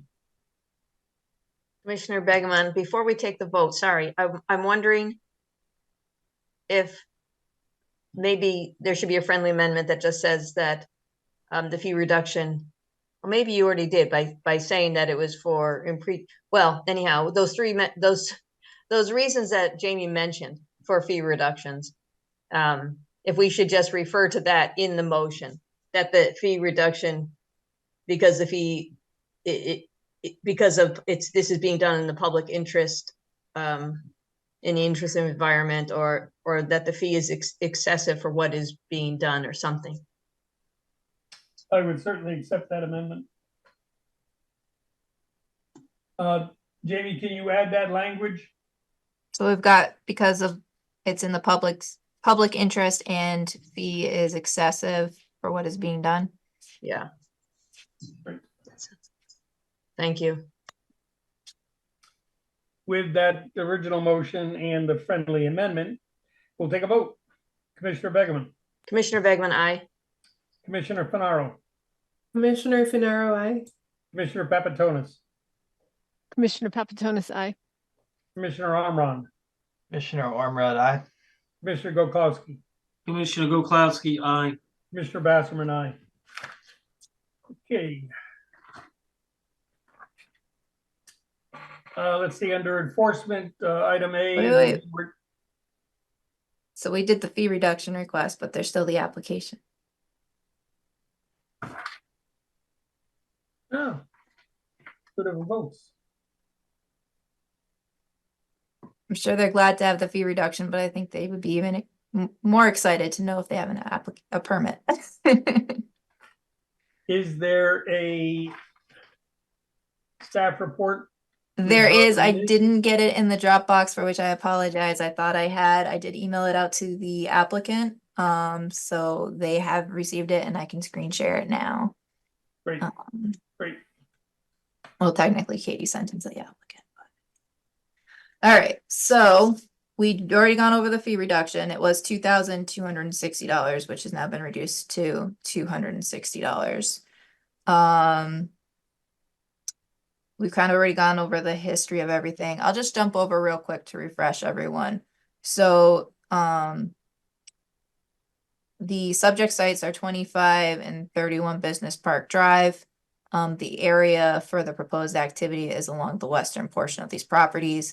This portion of the wetland / watercourse is what the state has maintained. And this is the drainage system that gets backed up if it's not flowing properly through this area. So with that in mind,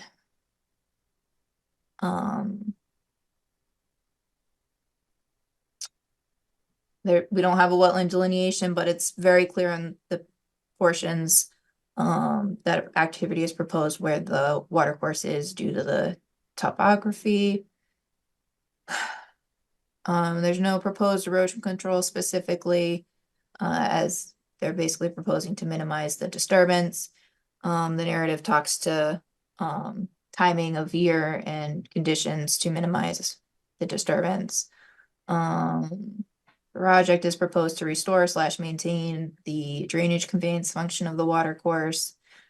No landscaping is proposed. Vegetation disturbance is to be kept to a minimum to gain access to the watercourse. Any equipment will be located at the top of the slope / bank.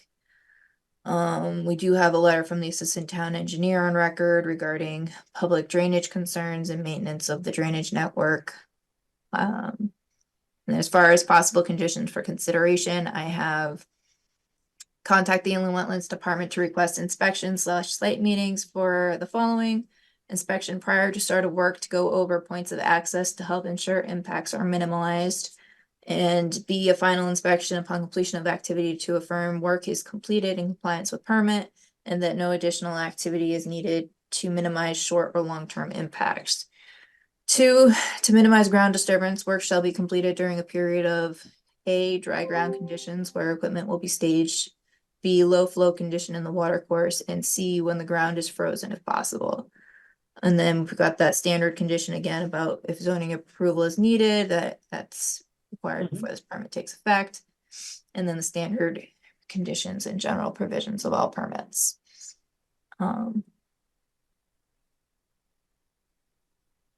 So, any questions, comments? I think we have the applicant present if there's questions for them. Yes, we do.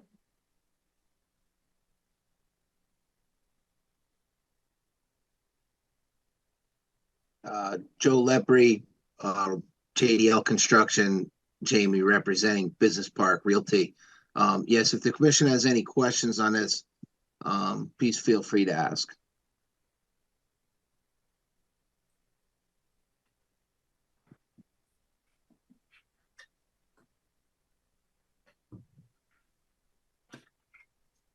Commissioner Gokowski, moving forward on a regular basis, does the property owner plan on maintaining that water flow without having the hiccup that happened this past time? Yes, we have, again, Joe Lepre, JDL Construction. We have spoken with Jamie in regards to a maintenance program. It'll be like a once a year type, just walk through the area just to double check and make sure nothing's in the way. Right now, it's been an accumulation since they've built the project back in the early 80s. So it's taken a long time to get to where it is now. But the owner is certainly on board as far as, a maintenance program, taking a look at it once a year. Okay.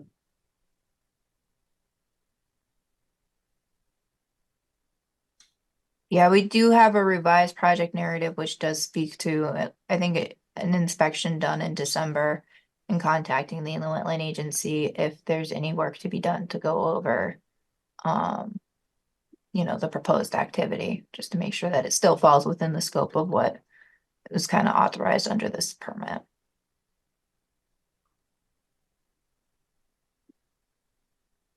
Any commissioner want to add or make additional comments regarding the staff report and the proposed conditions?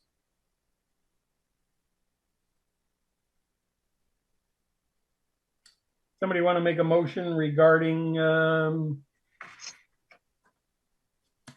23-1201?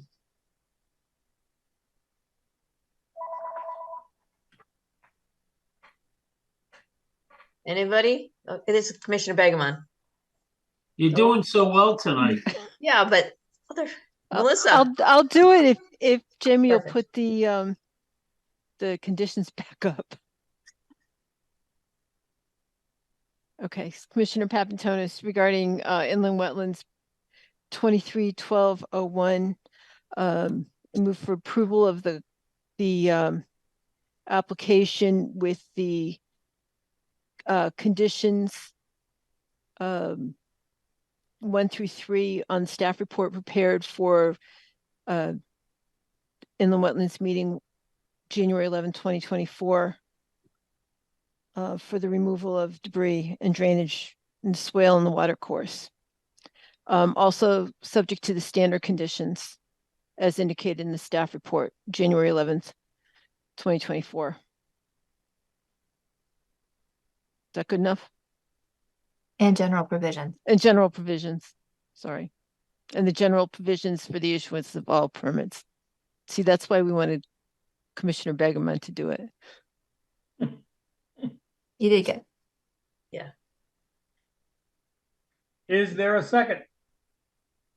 Commissioner Gokowski, second. All right. Any additional comments or amendments? Now we're ready for a vote on the application. Commissioner Begemon. Commissioner Begemon, aye. Commissioner Papantonis. Commissioner Papantonis, aye. Commissioner Finaro. Commissioner Finaro, aye. Commissioner Gokowski. Commissioner Gokowski, aye. Commissioner Armrod. Commissioner Ormrod, aye. Commissioner Basserman, aye. Okay. Now we have a notice of violation 38 Howard Avenue, which we have tabled until the next meeting. Following that, we have notice of violation for 142 Chestnut Street, removal of vegetation and earthwork without a permit to conduct regulated activities. Jamie? All right. Jamie Frederick and the wetland agent. So it has come to my attention that some activity was occurring at 142 Chestnut Street. Our inland wetland associate, Katie Blanchette, saw that there was some activity from the highway. She informed me. I contacted the property owner to inquire. They said that they had that there was some activity on site, and I asked if I could meet them on site to view it, and they said yes. So I met with them on site. I requested that they put up some erosion controls, which they have done. I requested to do follow-up inspection today just to make sure that there was no change in condition with the heavy rain we received the other night. I went out there and I didn't see anything alarming. I did notice one spot which I told them to address so that it didn't become a problem, which I anticipate they will do. So this is a unique site because it has a very intense historic use of being a junkyard type use.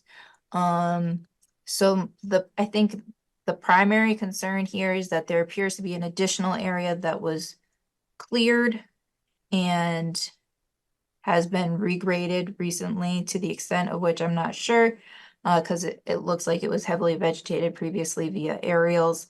And so the only elevational information we would have would be from contours, which is LiDAR based, and trees interfere with the accuracy of that. So it's my understanding from conversations with the property owner that there was some use of this area previously that you couldn't really see because of the vegetation from an aerial. I'm not sure what the extent was, but there's certainly been new activity that is there. And then in the area where it has historically been used as a junkyard, there's been regrading or movement of earth, and one area in particular adjacent to a water course. And so I issued a notice of violation. I was hesitant as to whether issue a notice of violation or a cease and correct order, given the scope of the activity and potential concern regarding exposed bare dirt. But like I said, for the time being, it's been holding up fairly well. Let me pull up. I'm going to start off by sharing some historical aerial images to give you guys some context of what I'm talking about.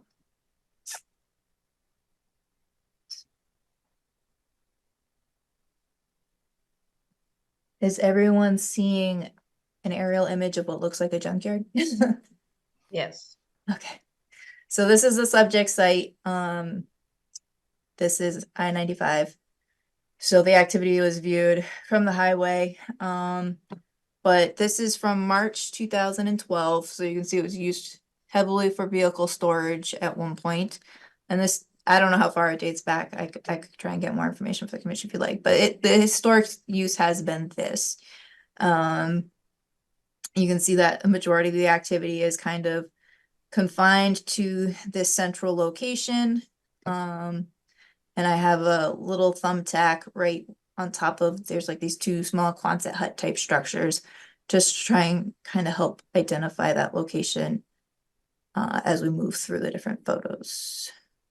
Jamie, Katie Blanchett and the Wetland Associate, that site I had actually found has been used as a junkyard since the 50s. Thank you. You're welcome.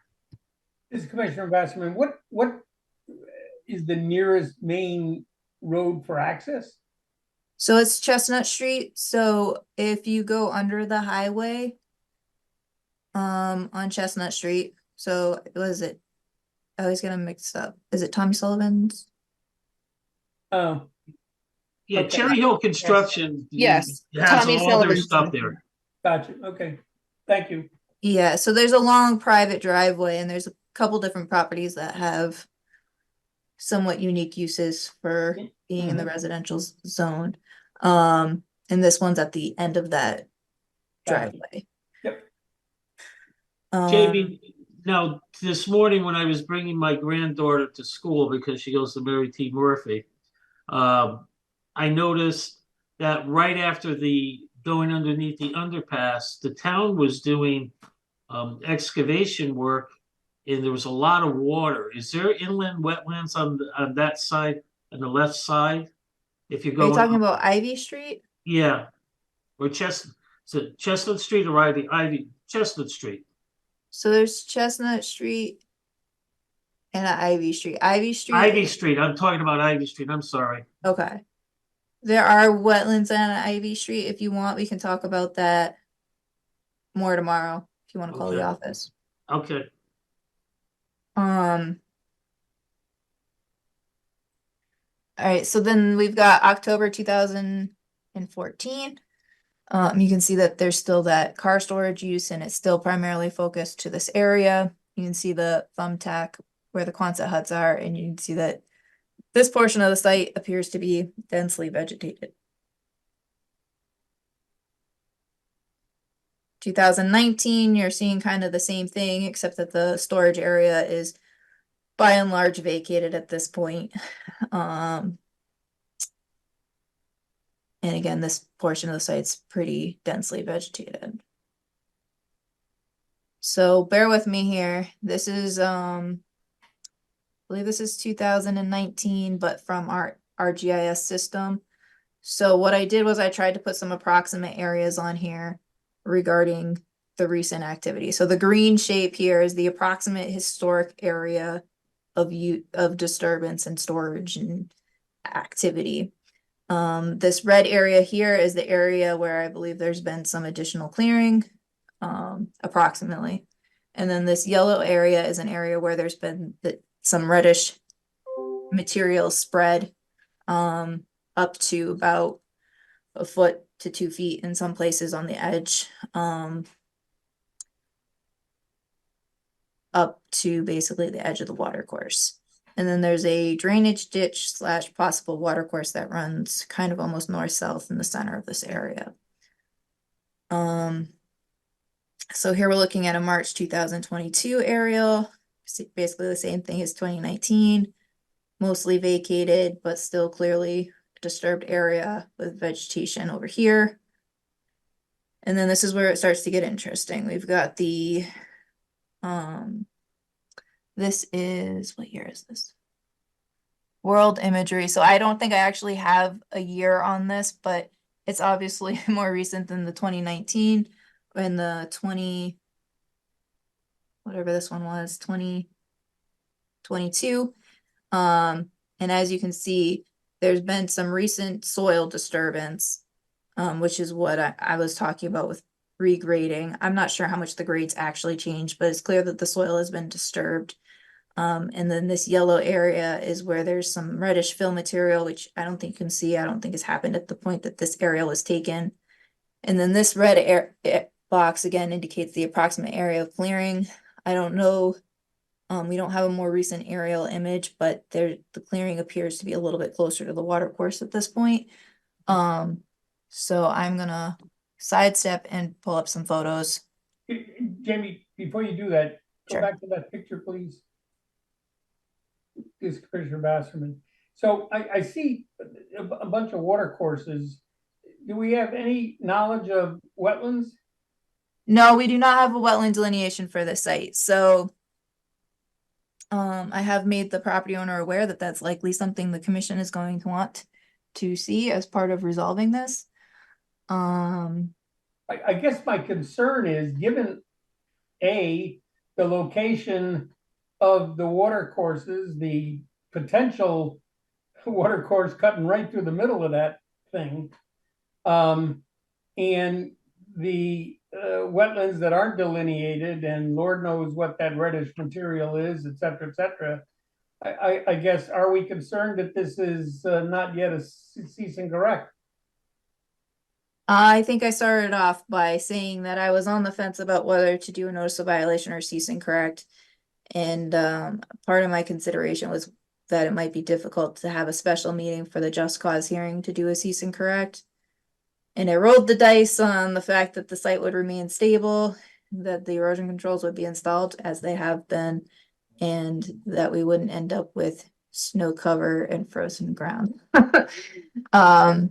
So I think that's potentially one of the things the commission needs to be considering as part of the review of this notice of violation. I would just, to help guide that thought process in commissioners' heads, I would identify that if there are corrective actions that you would like to see occur, that would be a cease and correct order. It doesn't, have to be contentious. It's just the process for getting that correction achieved. So if you're ordering them to do something, that would be a cease and correct order. Um, Can we not alter, can we establish the date of notice of the cease and correct such that we can combine the 10-day follow-up public hearing with a regularly scheduled meeting? so just to clarify, it's a just cause hearing or show cause hearing. It's not a public hearing. Basically, it's an opportunity for the owner to come before the commission and present their case for why the cease and correct order should or shouldn't remain in effect. So it's not necessarily open to the general public. Just wanted to clarify that. So, and then especially now that we're meeting twice a month and our next meeting is January 25th, I think that, yes, we could time that so that if the commission wanted a cease and correct order issued, the just cause hearing could be held at the January 25th meeting. Okay, so this is Commissioner Baskin. So in the review this evening, I guess we need to come to some conclusion on how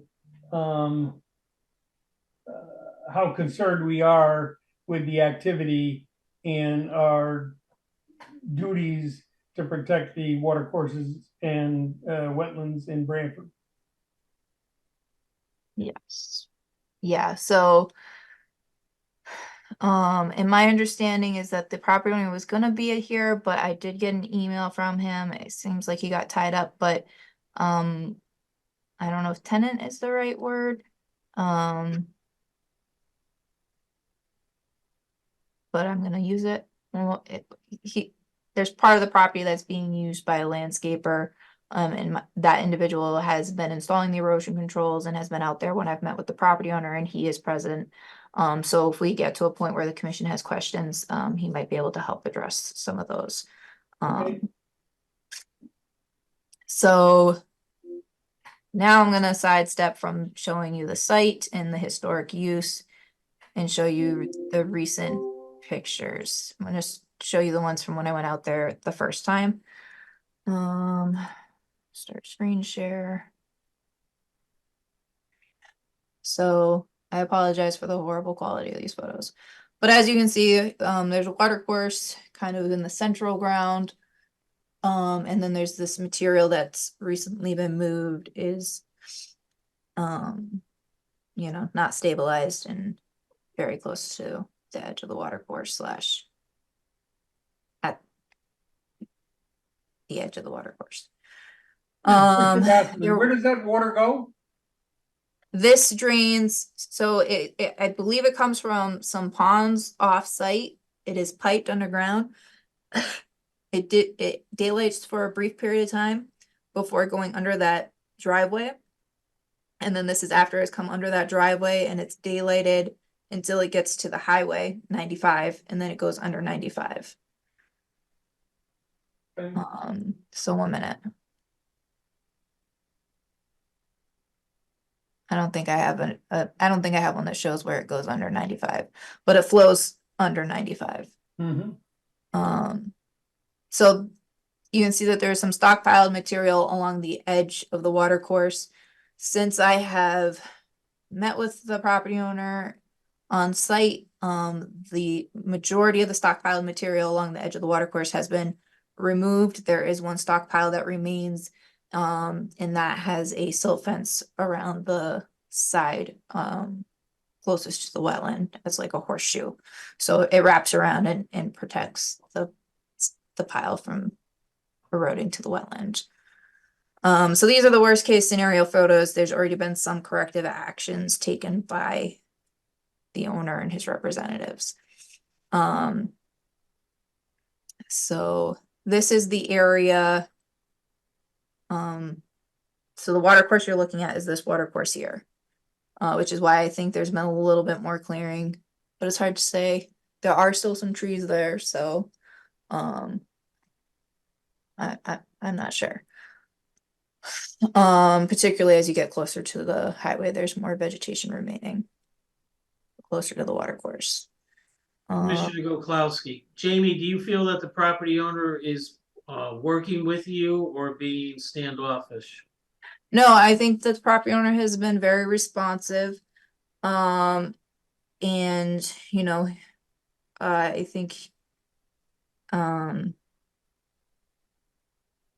so I think in that sense, if the commission, feels that it's appropriate to do a cease and correct order, I think, the cease and correct order might speak to the fact that, appreciate the fact that you've been working with the commission, but that there's additional information that the commission needs to resolve the violation. So again, a cease and correct order isn't necessarily always because somebody's not working with us so much as it's a vector for resolving a violation. And I really probably would have started with that, except for the timing of when this came to my attention. So. This is Commissioner Basserman, as part of the information that you mentioned the commission might look to need, are we gonna need any kind of survey information on this property? So I'll put this on pause and I'll jump over to some of the information that I was thinking the commission might like to see in regards to the activity that has occurred on the site. I informed the property owner when I met with him this morning that I thought it was possible the commission was going to want to see a site plan, meaning a survey of the existing conditions. Obviously, we can't request a survey of the previous conditions because that's no longer there. But what you could request is a survey of the existing conditions, identification of any wetlands or watercourses on site on said survey, an investigation of whether or not there was any wetland filling. So I think as far as wetland filling, the only area that I would potentially really be concerned with is this area where there's red fill. So what you're seeing right here on the right-hand side of this photo is the drainage ditch, which I think might constitute an intermittent watercourse. And then along the back corner of this fill area is this watercourse here. So this picture was taken approximately from right here-ish, looking this way.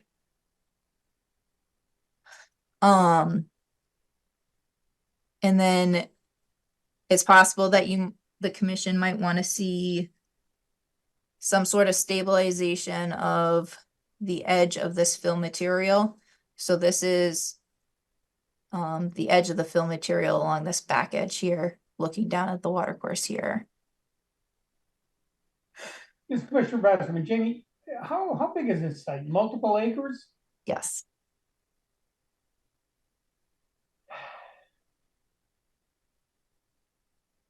And then this photo is, I went to investigate over here this watercourse just to make sure there was no impact to it. And I affirmed that there's no activity occurring over here that's impacted this that I could tell. I think we went up this way over here and we looked, this is a high point, we looked down here. And this area all remains untouched. So I think that if the commission was looking for a site plan, it could be, I mean, it's up to the owner if they want to, once they have somebody out there to do a full extent. But I think the information the commission would want would be focused on this area, kind of in the green and red sections of the site as indicated on this GIS map.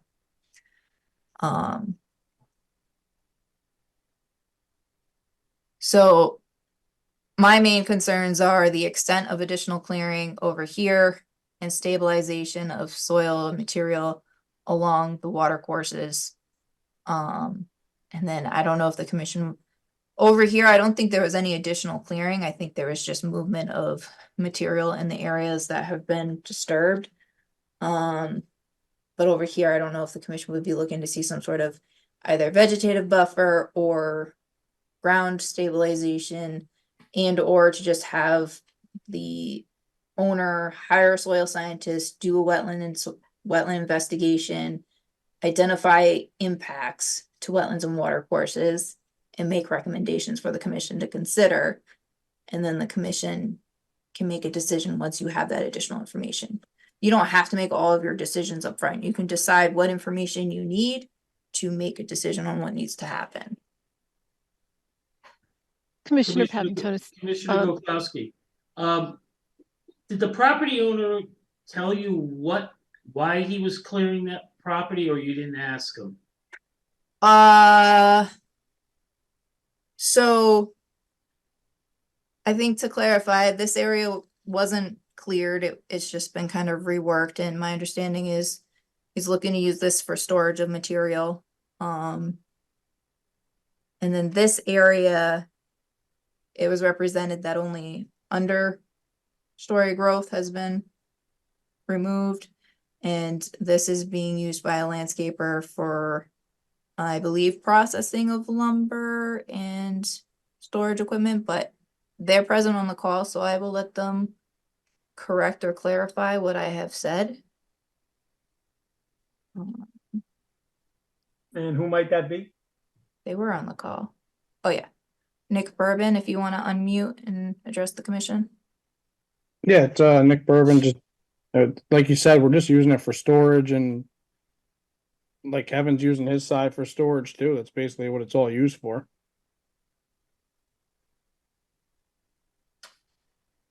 Well, this is Commissioner Baskin, without knowing the particulars of the storage, and its proximity to wetlands and watercourses, I guess we're gonna need certainly a significant amount of information in order to be able to assess whether this is in continued violation of the town's regulations or not. So some of the survey data that Jamie mentioned is something I feel as a commissioner, I'm going to need to assess the storage and what was there, what is there now with that red material, what might be stored in the future, how close to the water courses are there going to be protections associated with that? So, you know, the list is rather extensive.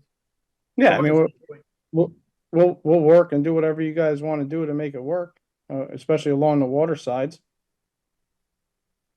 That's great to hear. This Commissioner Papantonis, Jamie, is this something that we need to go physically and take a look at?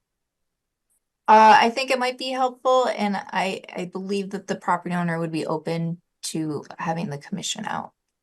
Yeah, if you guys want to come take a look and see and walk through it, we'll show you whatever you got to do.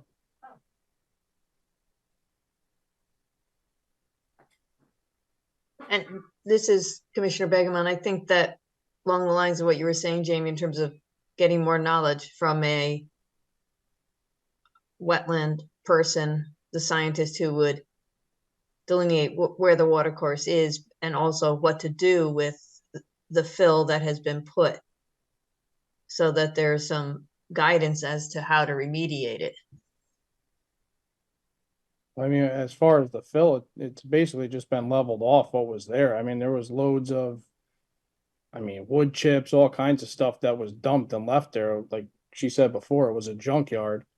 I mean, we've taken dumpster loads of stuff out of there to try and clear it out and make it better. I mean, I'm not opposed to planting more trees back up or making a buffer or whatever you guys want to do to make it back to normal, but we're not planning on building anything or putting any buildings up like that. It's just basically for storage. Commissioner Gokowski, what's the size of the property, total property, and what is the size of the area that's being for storage? The whole property, I think it's around 12 acres, give or take an acre. Storage wise, I don't know. We'd have to look that up for what's approximately.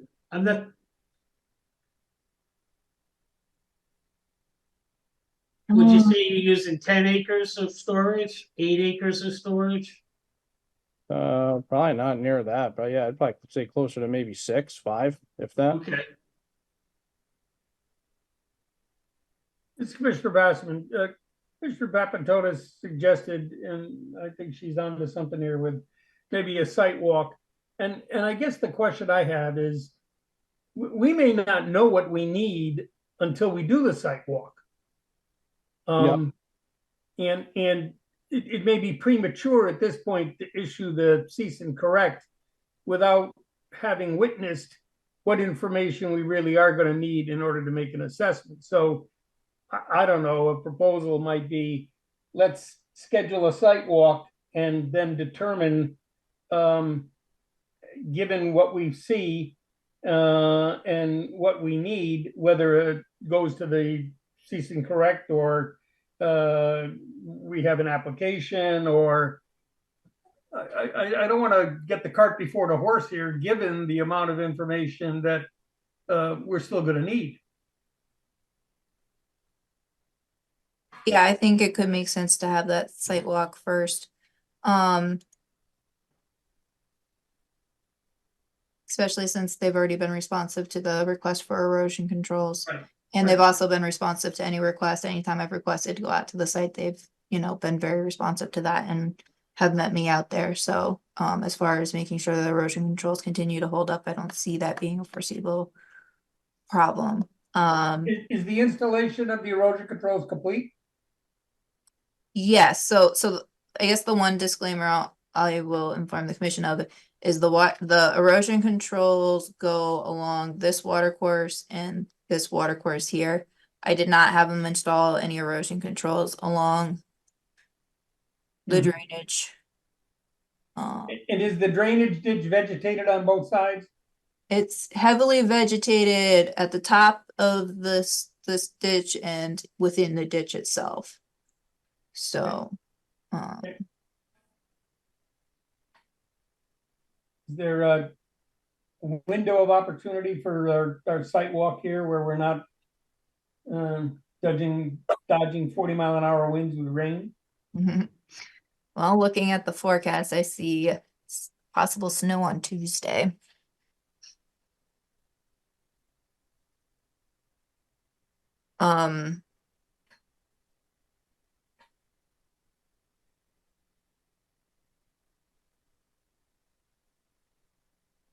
Let's see, calendar-wise. Monday's a holiday, just saying. I'm not working that day. Commissioner Papantonis.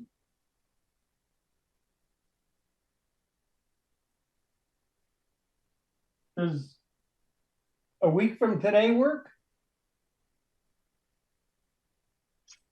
That should, I'll just have to check with the property owner.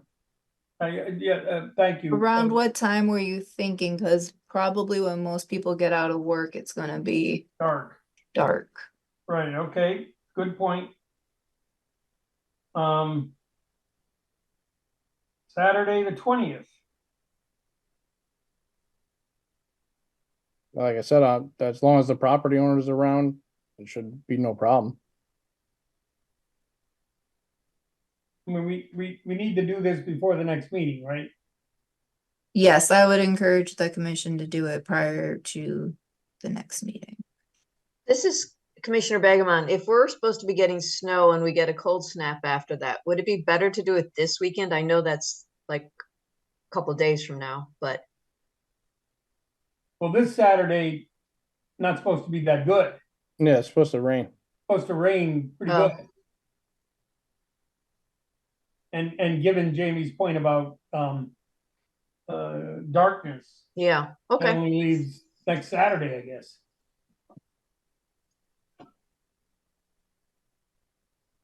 Kind of rolling the dice either way, I feel like, so. You want And to try certainly the whatever 20th at 10?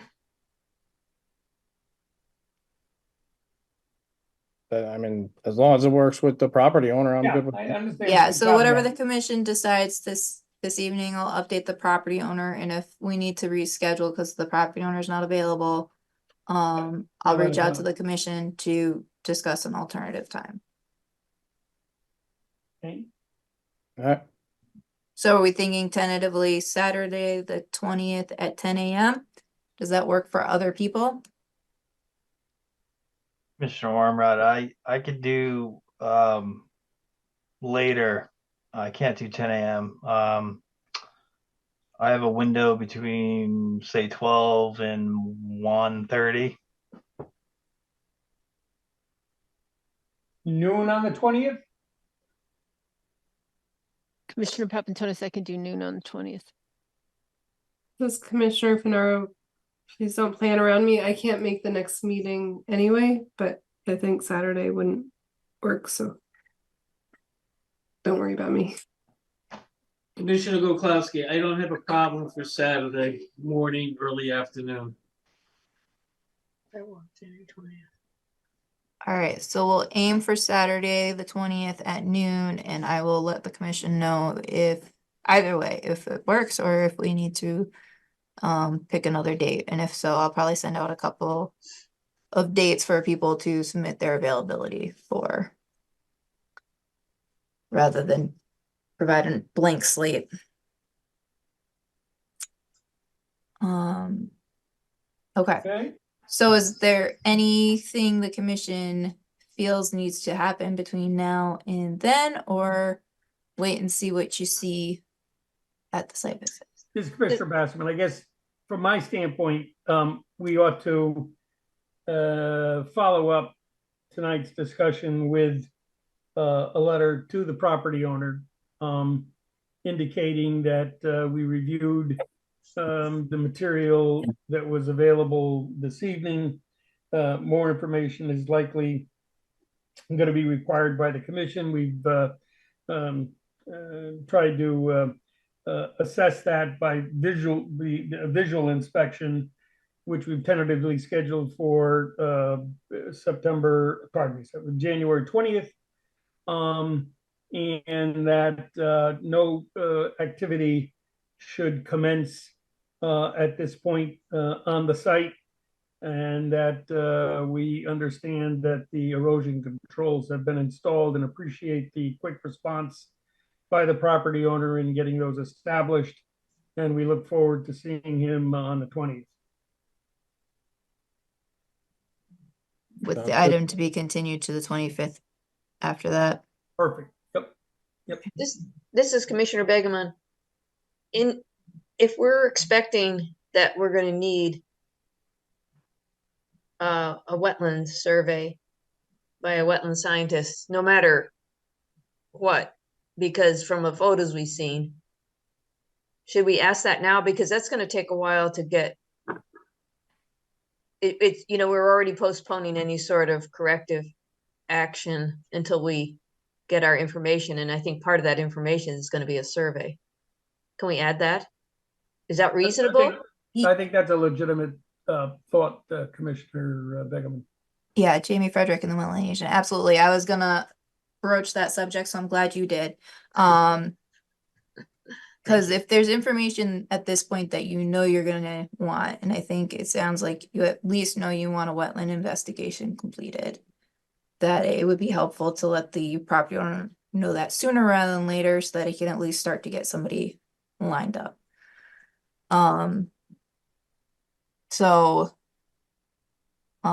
Would it be, I think the two things that were identified so far is soil scientist and survey.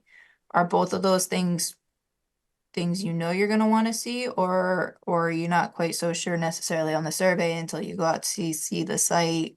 Or from my standpoint, I think Commissioner Begeman is right. I mean, there's quite a bit of opportunity here between the water courses and potentially where the wetlands are, that we're going to need a pretty good idea of the location of that water, as well as the composite of some of the material that's on site, before we're going to be able to decide what's at risk and what's not. So I think Commissioner Begeman is right. We're going to need at least those two things. all right, so we're gonna hold off on issuing a cease and correct order until after you guys view the site. But in this letter, you want me to identify that it's likely more information is going to be required, including but not limited necessarily to wetland investigation and then a site survey. That no additional activity shall commence, that you're appreciative of the quick response and installation of erosion controls, and the site walk on Saturday the 20th, assuming that works for him at noon, and the continuance of the matter to the January 25th meeting. Does that highlight everything that everyone's thinking? Good synopsis.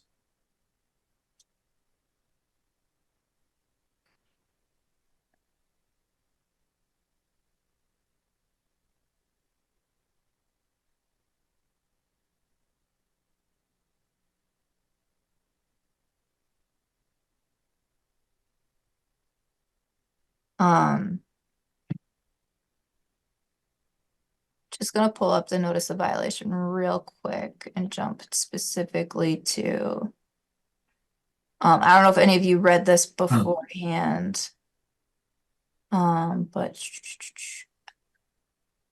All right, I will schedule a discussion with the commission for their regularly scheduled meeting, January 11th. Blah, blah, blah. I anticipate that the commission will want to see additional information as it relates to the recent activity in their jurisdiction. This information could include, but is not limited to, a wetlands investigation and site survey showing existing conditions. The commission may also require corrective actions in regards to any violations in the inland wetlands and watercourses violations of the inland wetlands and watercourses regulations. This would be relayed through a cease and correct order. So should I kind of just reiterate that last portion of that paragraph in this new letter, since we're still not jumping to the order just yet? This is Commissioner Begman. I think that makes it clear. Okay. Yep. Thank you.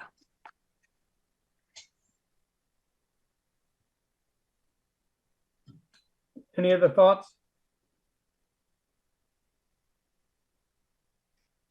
Thank you for joining us, Mr. Bourbon, this evening. No problem. See you guys on the 20th. Keeping our fingers crossed. Okay, we're now into other business, draft meeting procedures for review and consideration. Jamie had sent an email out subsequent to the last meeting, which was a 2-page draft, capturing, if you will, the occurrence of the meetings, the idea of cancellation, and what to do about applications for receipt. I don't know if anybody's had a chance to commiserate and think about this as a kind of a procedural document. This would not necessarily be incorporated into our regulations, as I understand it, but rather kind of a operations guide for us as we move forward and try to manage the amount of activity that we have, try to do that within a reasonable time frame, and give some indication clearly to the applicants of what the expectation is. Jamie, do you want to add anything to that? I think you outlined it beautifully. So we didn't discuss this at the last meeting because people hadn't received it beforehand and it was really late.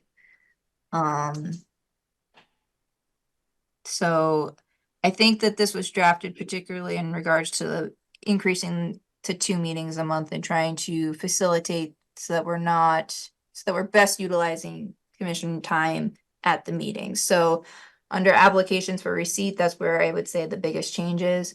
Currently, the commission's general practice is that when an application is for receipt, the applicant can give a initial presentation, request feedback, that kind of thing. There are municipalities that just have an application be for receipt. There's no presentation, there's no discussion.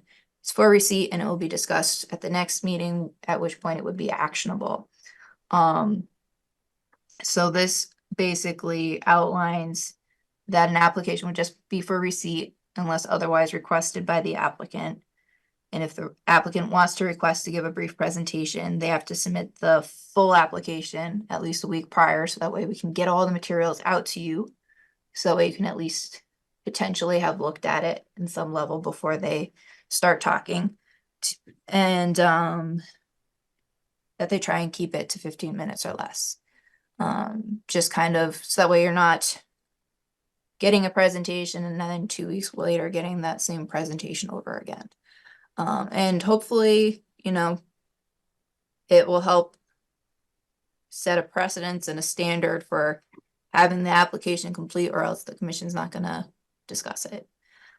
So if the commission were to adopt this process, this meeting guidance, if you will, staff would put it on the town website, so that way we would be able to share it with applicants. Applicants should be able to see it before they submit.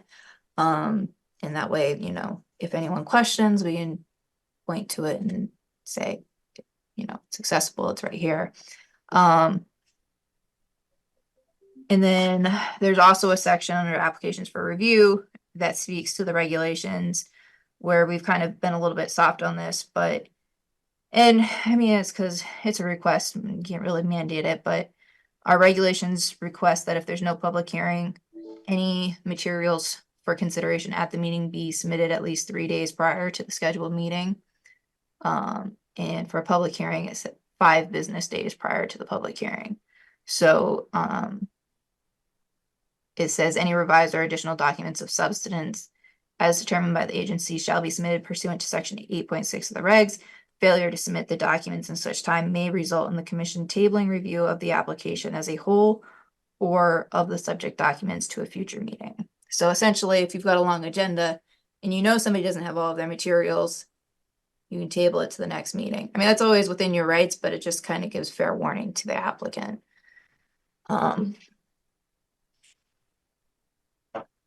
So This is Commissioner Begeman. I see in italics under the applications for receipt, the suggestion that maybe they're here at the end of the meeting agenda. yeah, so I put that in italics because that wasn't something we had discussed when we kind of preliminary discussed this process. But prior to me first working for the town almost 10 years ago, it was at the end. Applications for receipt were at the end of the agenda, and I think they probably didn't listen to preliminary presentations at that time, and that's why they were at the end. So I mean, if you're not going to listen to them discuss the application, but also if you're going to limit them to 15 minutes, do you make them wait through the whole meeting? So I put it in italics, so I wasn't sure what the commission would think, and I was hoping somebody would do what you did. Well, this is Commissioner Begeman. My first impression about that is that sometimes we start asking a lot of questions about an application for receipt, and therefore it goes way over 15 minutes. Whereas I know that if it's at the end of the meeting, just human nature wise, we'd probably be less likely to ask a lot of questions, but people could do, they could do a brief presentation. And if we see really glaring omissions and stuff, we can say, well, you're gonna need this, that, and the other thing, but not really get into the detail until the next time it's, next time we see it. Yeah. That's how I'm thinking about it right now. I don't know how others feel. And the other thing is, Commissioner Basserman, the other thing is, I mean, to the extent that we've got a decent sized agenda, they don't show up at 7 o'clock. They log in at 8:15 or whatever because they know they're at the end of the agenda. And to your point, Commissioner Begeman, we're kind of shot, by 9:30, et cetera. So yeah, maybe the two of them work in tandem. And it might make some people reconsider whether they want to give that initial presentation in the first place. This is Commissioner Finaro. I agree. I had that thought during the meeting that why not put this at the end? And I'm wondering about giving them 10 minutes. 15 minutes is actually a lot of time. I feel like 10 minutes is plenty, especially if it's a quick overview.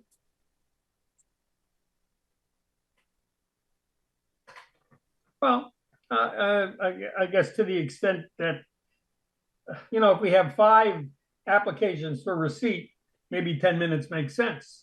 So maybe we could document this as 10 to 15 minutes. And as we look at the agenda, we'll let the applicant know which one of the two they have. I think they'll know by the hour too. Yeah. And as a Commissioner Finaro, I'm not sure anyone's kind of policing that time. Like you just reached your 10 minutes. So even if you say 10 minutes, they're going to go 15. If you say 15, they're going to go 30. So I feel like say 10 and no, they're probably going to take 15, whatever time they want, because unless we stop them. Yeah, I don't plan on running a timer. But certainly, if we start to get to 20 minutes or something like that, I'm sure somebody will be like, we've been talking about this for a while. Right, right. So does the commission generally want to change 15 to 10 or? Okay, Well, I I'm thought breaking my standard and I'm going with the nodding heads. Commissioner Goklowski, I personally like the idea of having the receipt of the applications at the end of the meeting. For the simple fact, again, we're not here to discuss a new application. So, yeah. And I would limit it, not even 10 minutes, give them 5 minutes, give us a brief overview, and that's it. And we'll time them and then we'll shut them off. I mean, I think this is Commissioner Begman. I think that I'd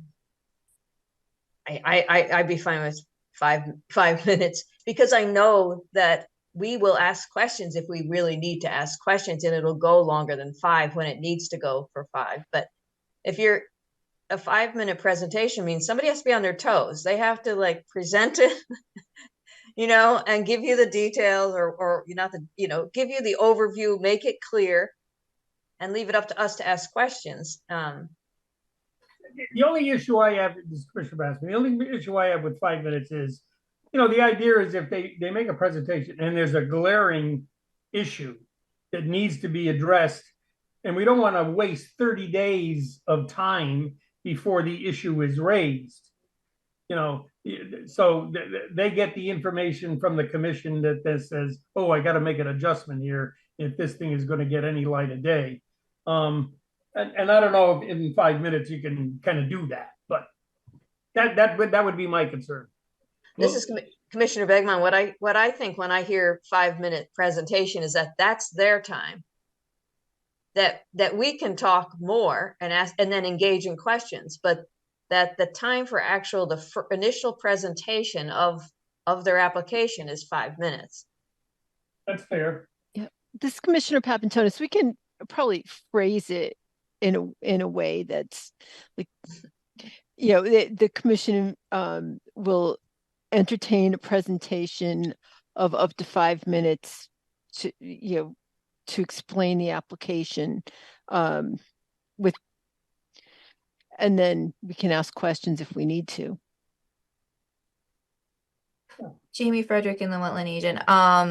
So I just have, I think, 2 comments. One, I think 10 minutes is reasonable. I think 5 minutes is almost like saying we don't want any presentations, which maybe is what you want to say, without actually saying that. But I think if you are going to move it to the end of the agenda, you're going to drop off a lot of the little guys, especially since you are now meeting every 2 weeks, basically twice a month, so 2 to 3 weeks. So it's not that long that they're going to have to wait before they're before you again, theoretically. And they're not going to want to wait hours to give you a 5 to 10 minute presentation. So I don't know if we really need to go back and forth too much on the 5 and 10. But we could do what was mentioned before, 5 to 10 minutes, kind of maybe suggesting 5 minutes would be great. They should already have a plan in place if they're gonna do a short presentation anyways. They should go to their bullet points. Like we have to do with any motion that we make. They're all bullet points. I guess what I'm thinking of is on the larger projects, they're probably gonna need closer to 10 minutes to be able to fully overview what it is they're proposing. But if you want to say 5 minutes, let me know and we can make the change. There's 2 issues, is Commissioner Bass, right? The 5 to 10 sounds reasonable, and the timing of when we hear those applications, right? And your concern, JV, that you raised was for smaller applications, waiting 2 hours, 2.5 hours during a meeting to give a short presentation might not sit well. Is it of such concern that you would not endorse moving those applications to be heard at the end of the meeting? No, I think I would leave it. I think it's a good idea to move it to the end, assuming that's what the commission wants to do, and that's why I put it in the document. I think it makes the applicant decide if it's important to have that initial conversation. So on a smaller application, supposedly they should have all of the materials they need for the commission to make a decision. If they decide, no, I'm not going to give a presentation like the first application we had this evening, I'm going to give it at the next meeting, then they only have to attend one meeting. They don't have to attend 2 meetings. So that's almost a benefit to them. And because the commission's meeting twice a month, it still theoretically speeds up the process because they're not waiting a full month. And if for whatever reason the commission does need additional information, then they're back to that 1 month time frame. So it's not like it's delaying them unless the commission cancels a meeting, but you know. This is Commissioner Papantonis. I have a question. Is there a way for us to sort through these so that we can knock them out in order? Like, you know, in the old days, you used to go to court, there'd be a whole bunch of people, they'd call the roll, you'd say, ready 5 minutes, ready 10 minutes, we need 20 minutes for this matter. And you knock the quick stuff off right away, and then you spend time on what you needed to. Is there a way to do it for us? I don't know how, so I think the concern there would be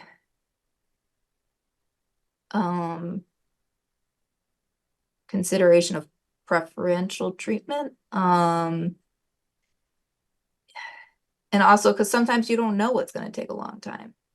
And also I think it just, I mean, I feel like applications for receipt are usually lumped. Like, unless there's like one thing that we pull out, you know, everything is sectioned together.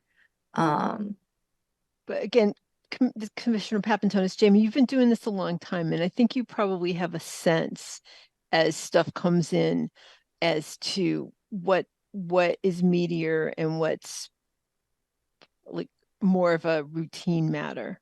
Katie Blanchett and Wetlands Associate, and I can say with a great deal of certainty that there are times when Jamie and I come in the morning just shocked that something that we thought was going to take no time at all ended up taking a whole lot of time. And it, you know, so we do try to, I mean, we talk amongst ourselves, and we try to judge what's going to be, you know, longer than others. And there are times when we are just dead wrong. And it's, so I think that it's not a cut and dry thing. It really isn't. Yeah, and Jamie Frederick and the Lynn Agent, to expand on that, I feel like the items that are at the beginning of the agenda sometimes get more focused because they're at the beginning, everyone's focused, everyone has questions. And then the later we get in the agenda, the more people go, oh my gosh, what time is it? And so to that end, I'm not sure that getting all of the small things at the beginning is going to help from a time management standpoint. This is Commissioner Bassman. Does anyone not want to hear the application for a receipt at the end? I think if you want, I mean, we could add a provision that would say special circumstances discussed with staff, but No. To me, take the italics out. Applications for a receipt will be heard at the end of the meeting, period. That's it. All right. And then in terms of the timing, a suggested time, if a presentation is to be made, suggest 5 to 10 minutes.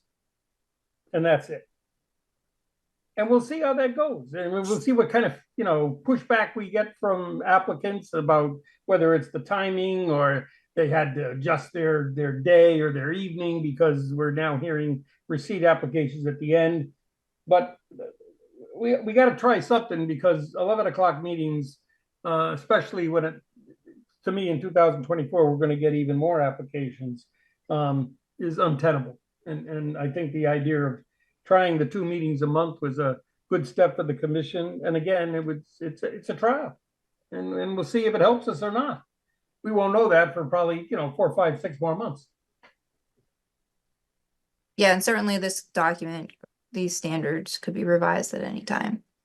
And they're not part of the regulations, so you know, they're not binding per se, and they're easier to change. You don't have to go through the public hearing process, and obviously, you know, if there's any sort of state statute that would supersede this, it would take precedence over any of these statements. But Has I think we town did pretty council good. reviewed? Hmm? Has town council reviewed? Yep, yeah, I did have town council take a look at it, and they didn't have any concerns. Yeah, and I think that I didn't outline it in here, but I think that kind of going to applications for review regarding completeness of application, when there's outstanding materials, I think the commission should consider what are these outstanding materials? What time frame are they feasibly going to need to obtain these materials? Does it make sense to continue this application to the next meeting, or should we continue it to the following month? So I think that that's going to be something I'm going to be trying to ask the application in certain circumstances where I think maybe it makes sense to continue an application to a later meeting rather than the next meeting. And that's something that the planning and zoning department does in town. And they meet twice a month. So, you know, it's not a unique practice. Yeah, and it would give us a little experience with that as well. We'll get smarter as every month goes by. Okay, at the behest of moving this along, agent approvals, you have none at this time. Well, 1 minute. So do we want to, does the commission want to adopt the practice with the practices with the changes made? Or do you want to hold off on making that decision? Because if you want to adopt this and have us publish it on the website, then I think the commission should make a motion.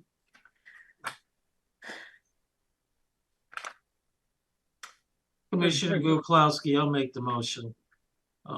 Pursuant to staff's report regarding the order of applications received and not received, I so move that we hear applications at the end of the meeting and not at the beginning. Allow the applicants no more than 10 minutes to review the application. And that's it.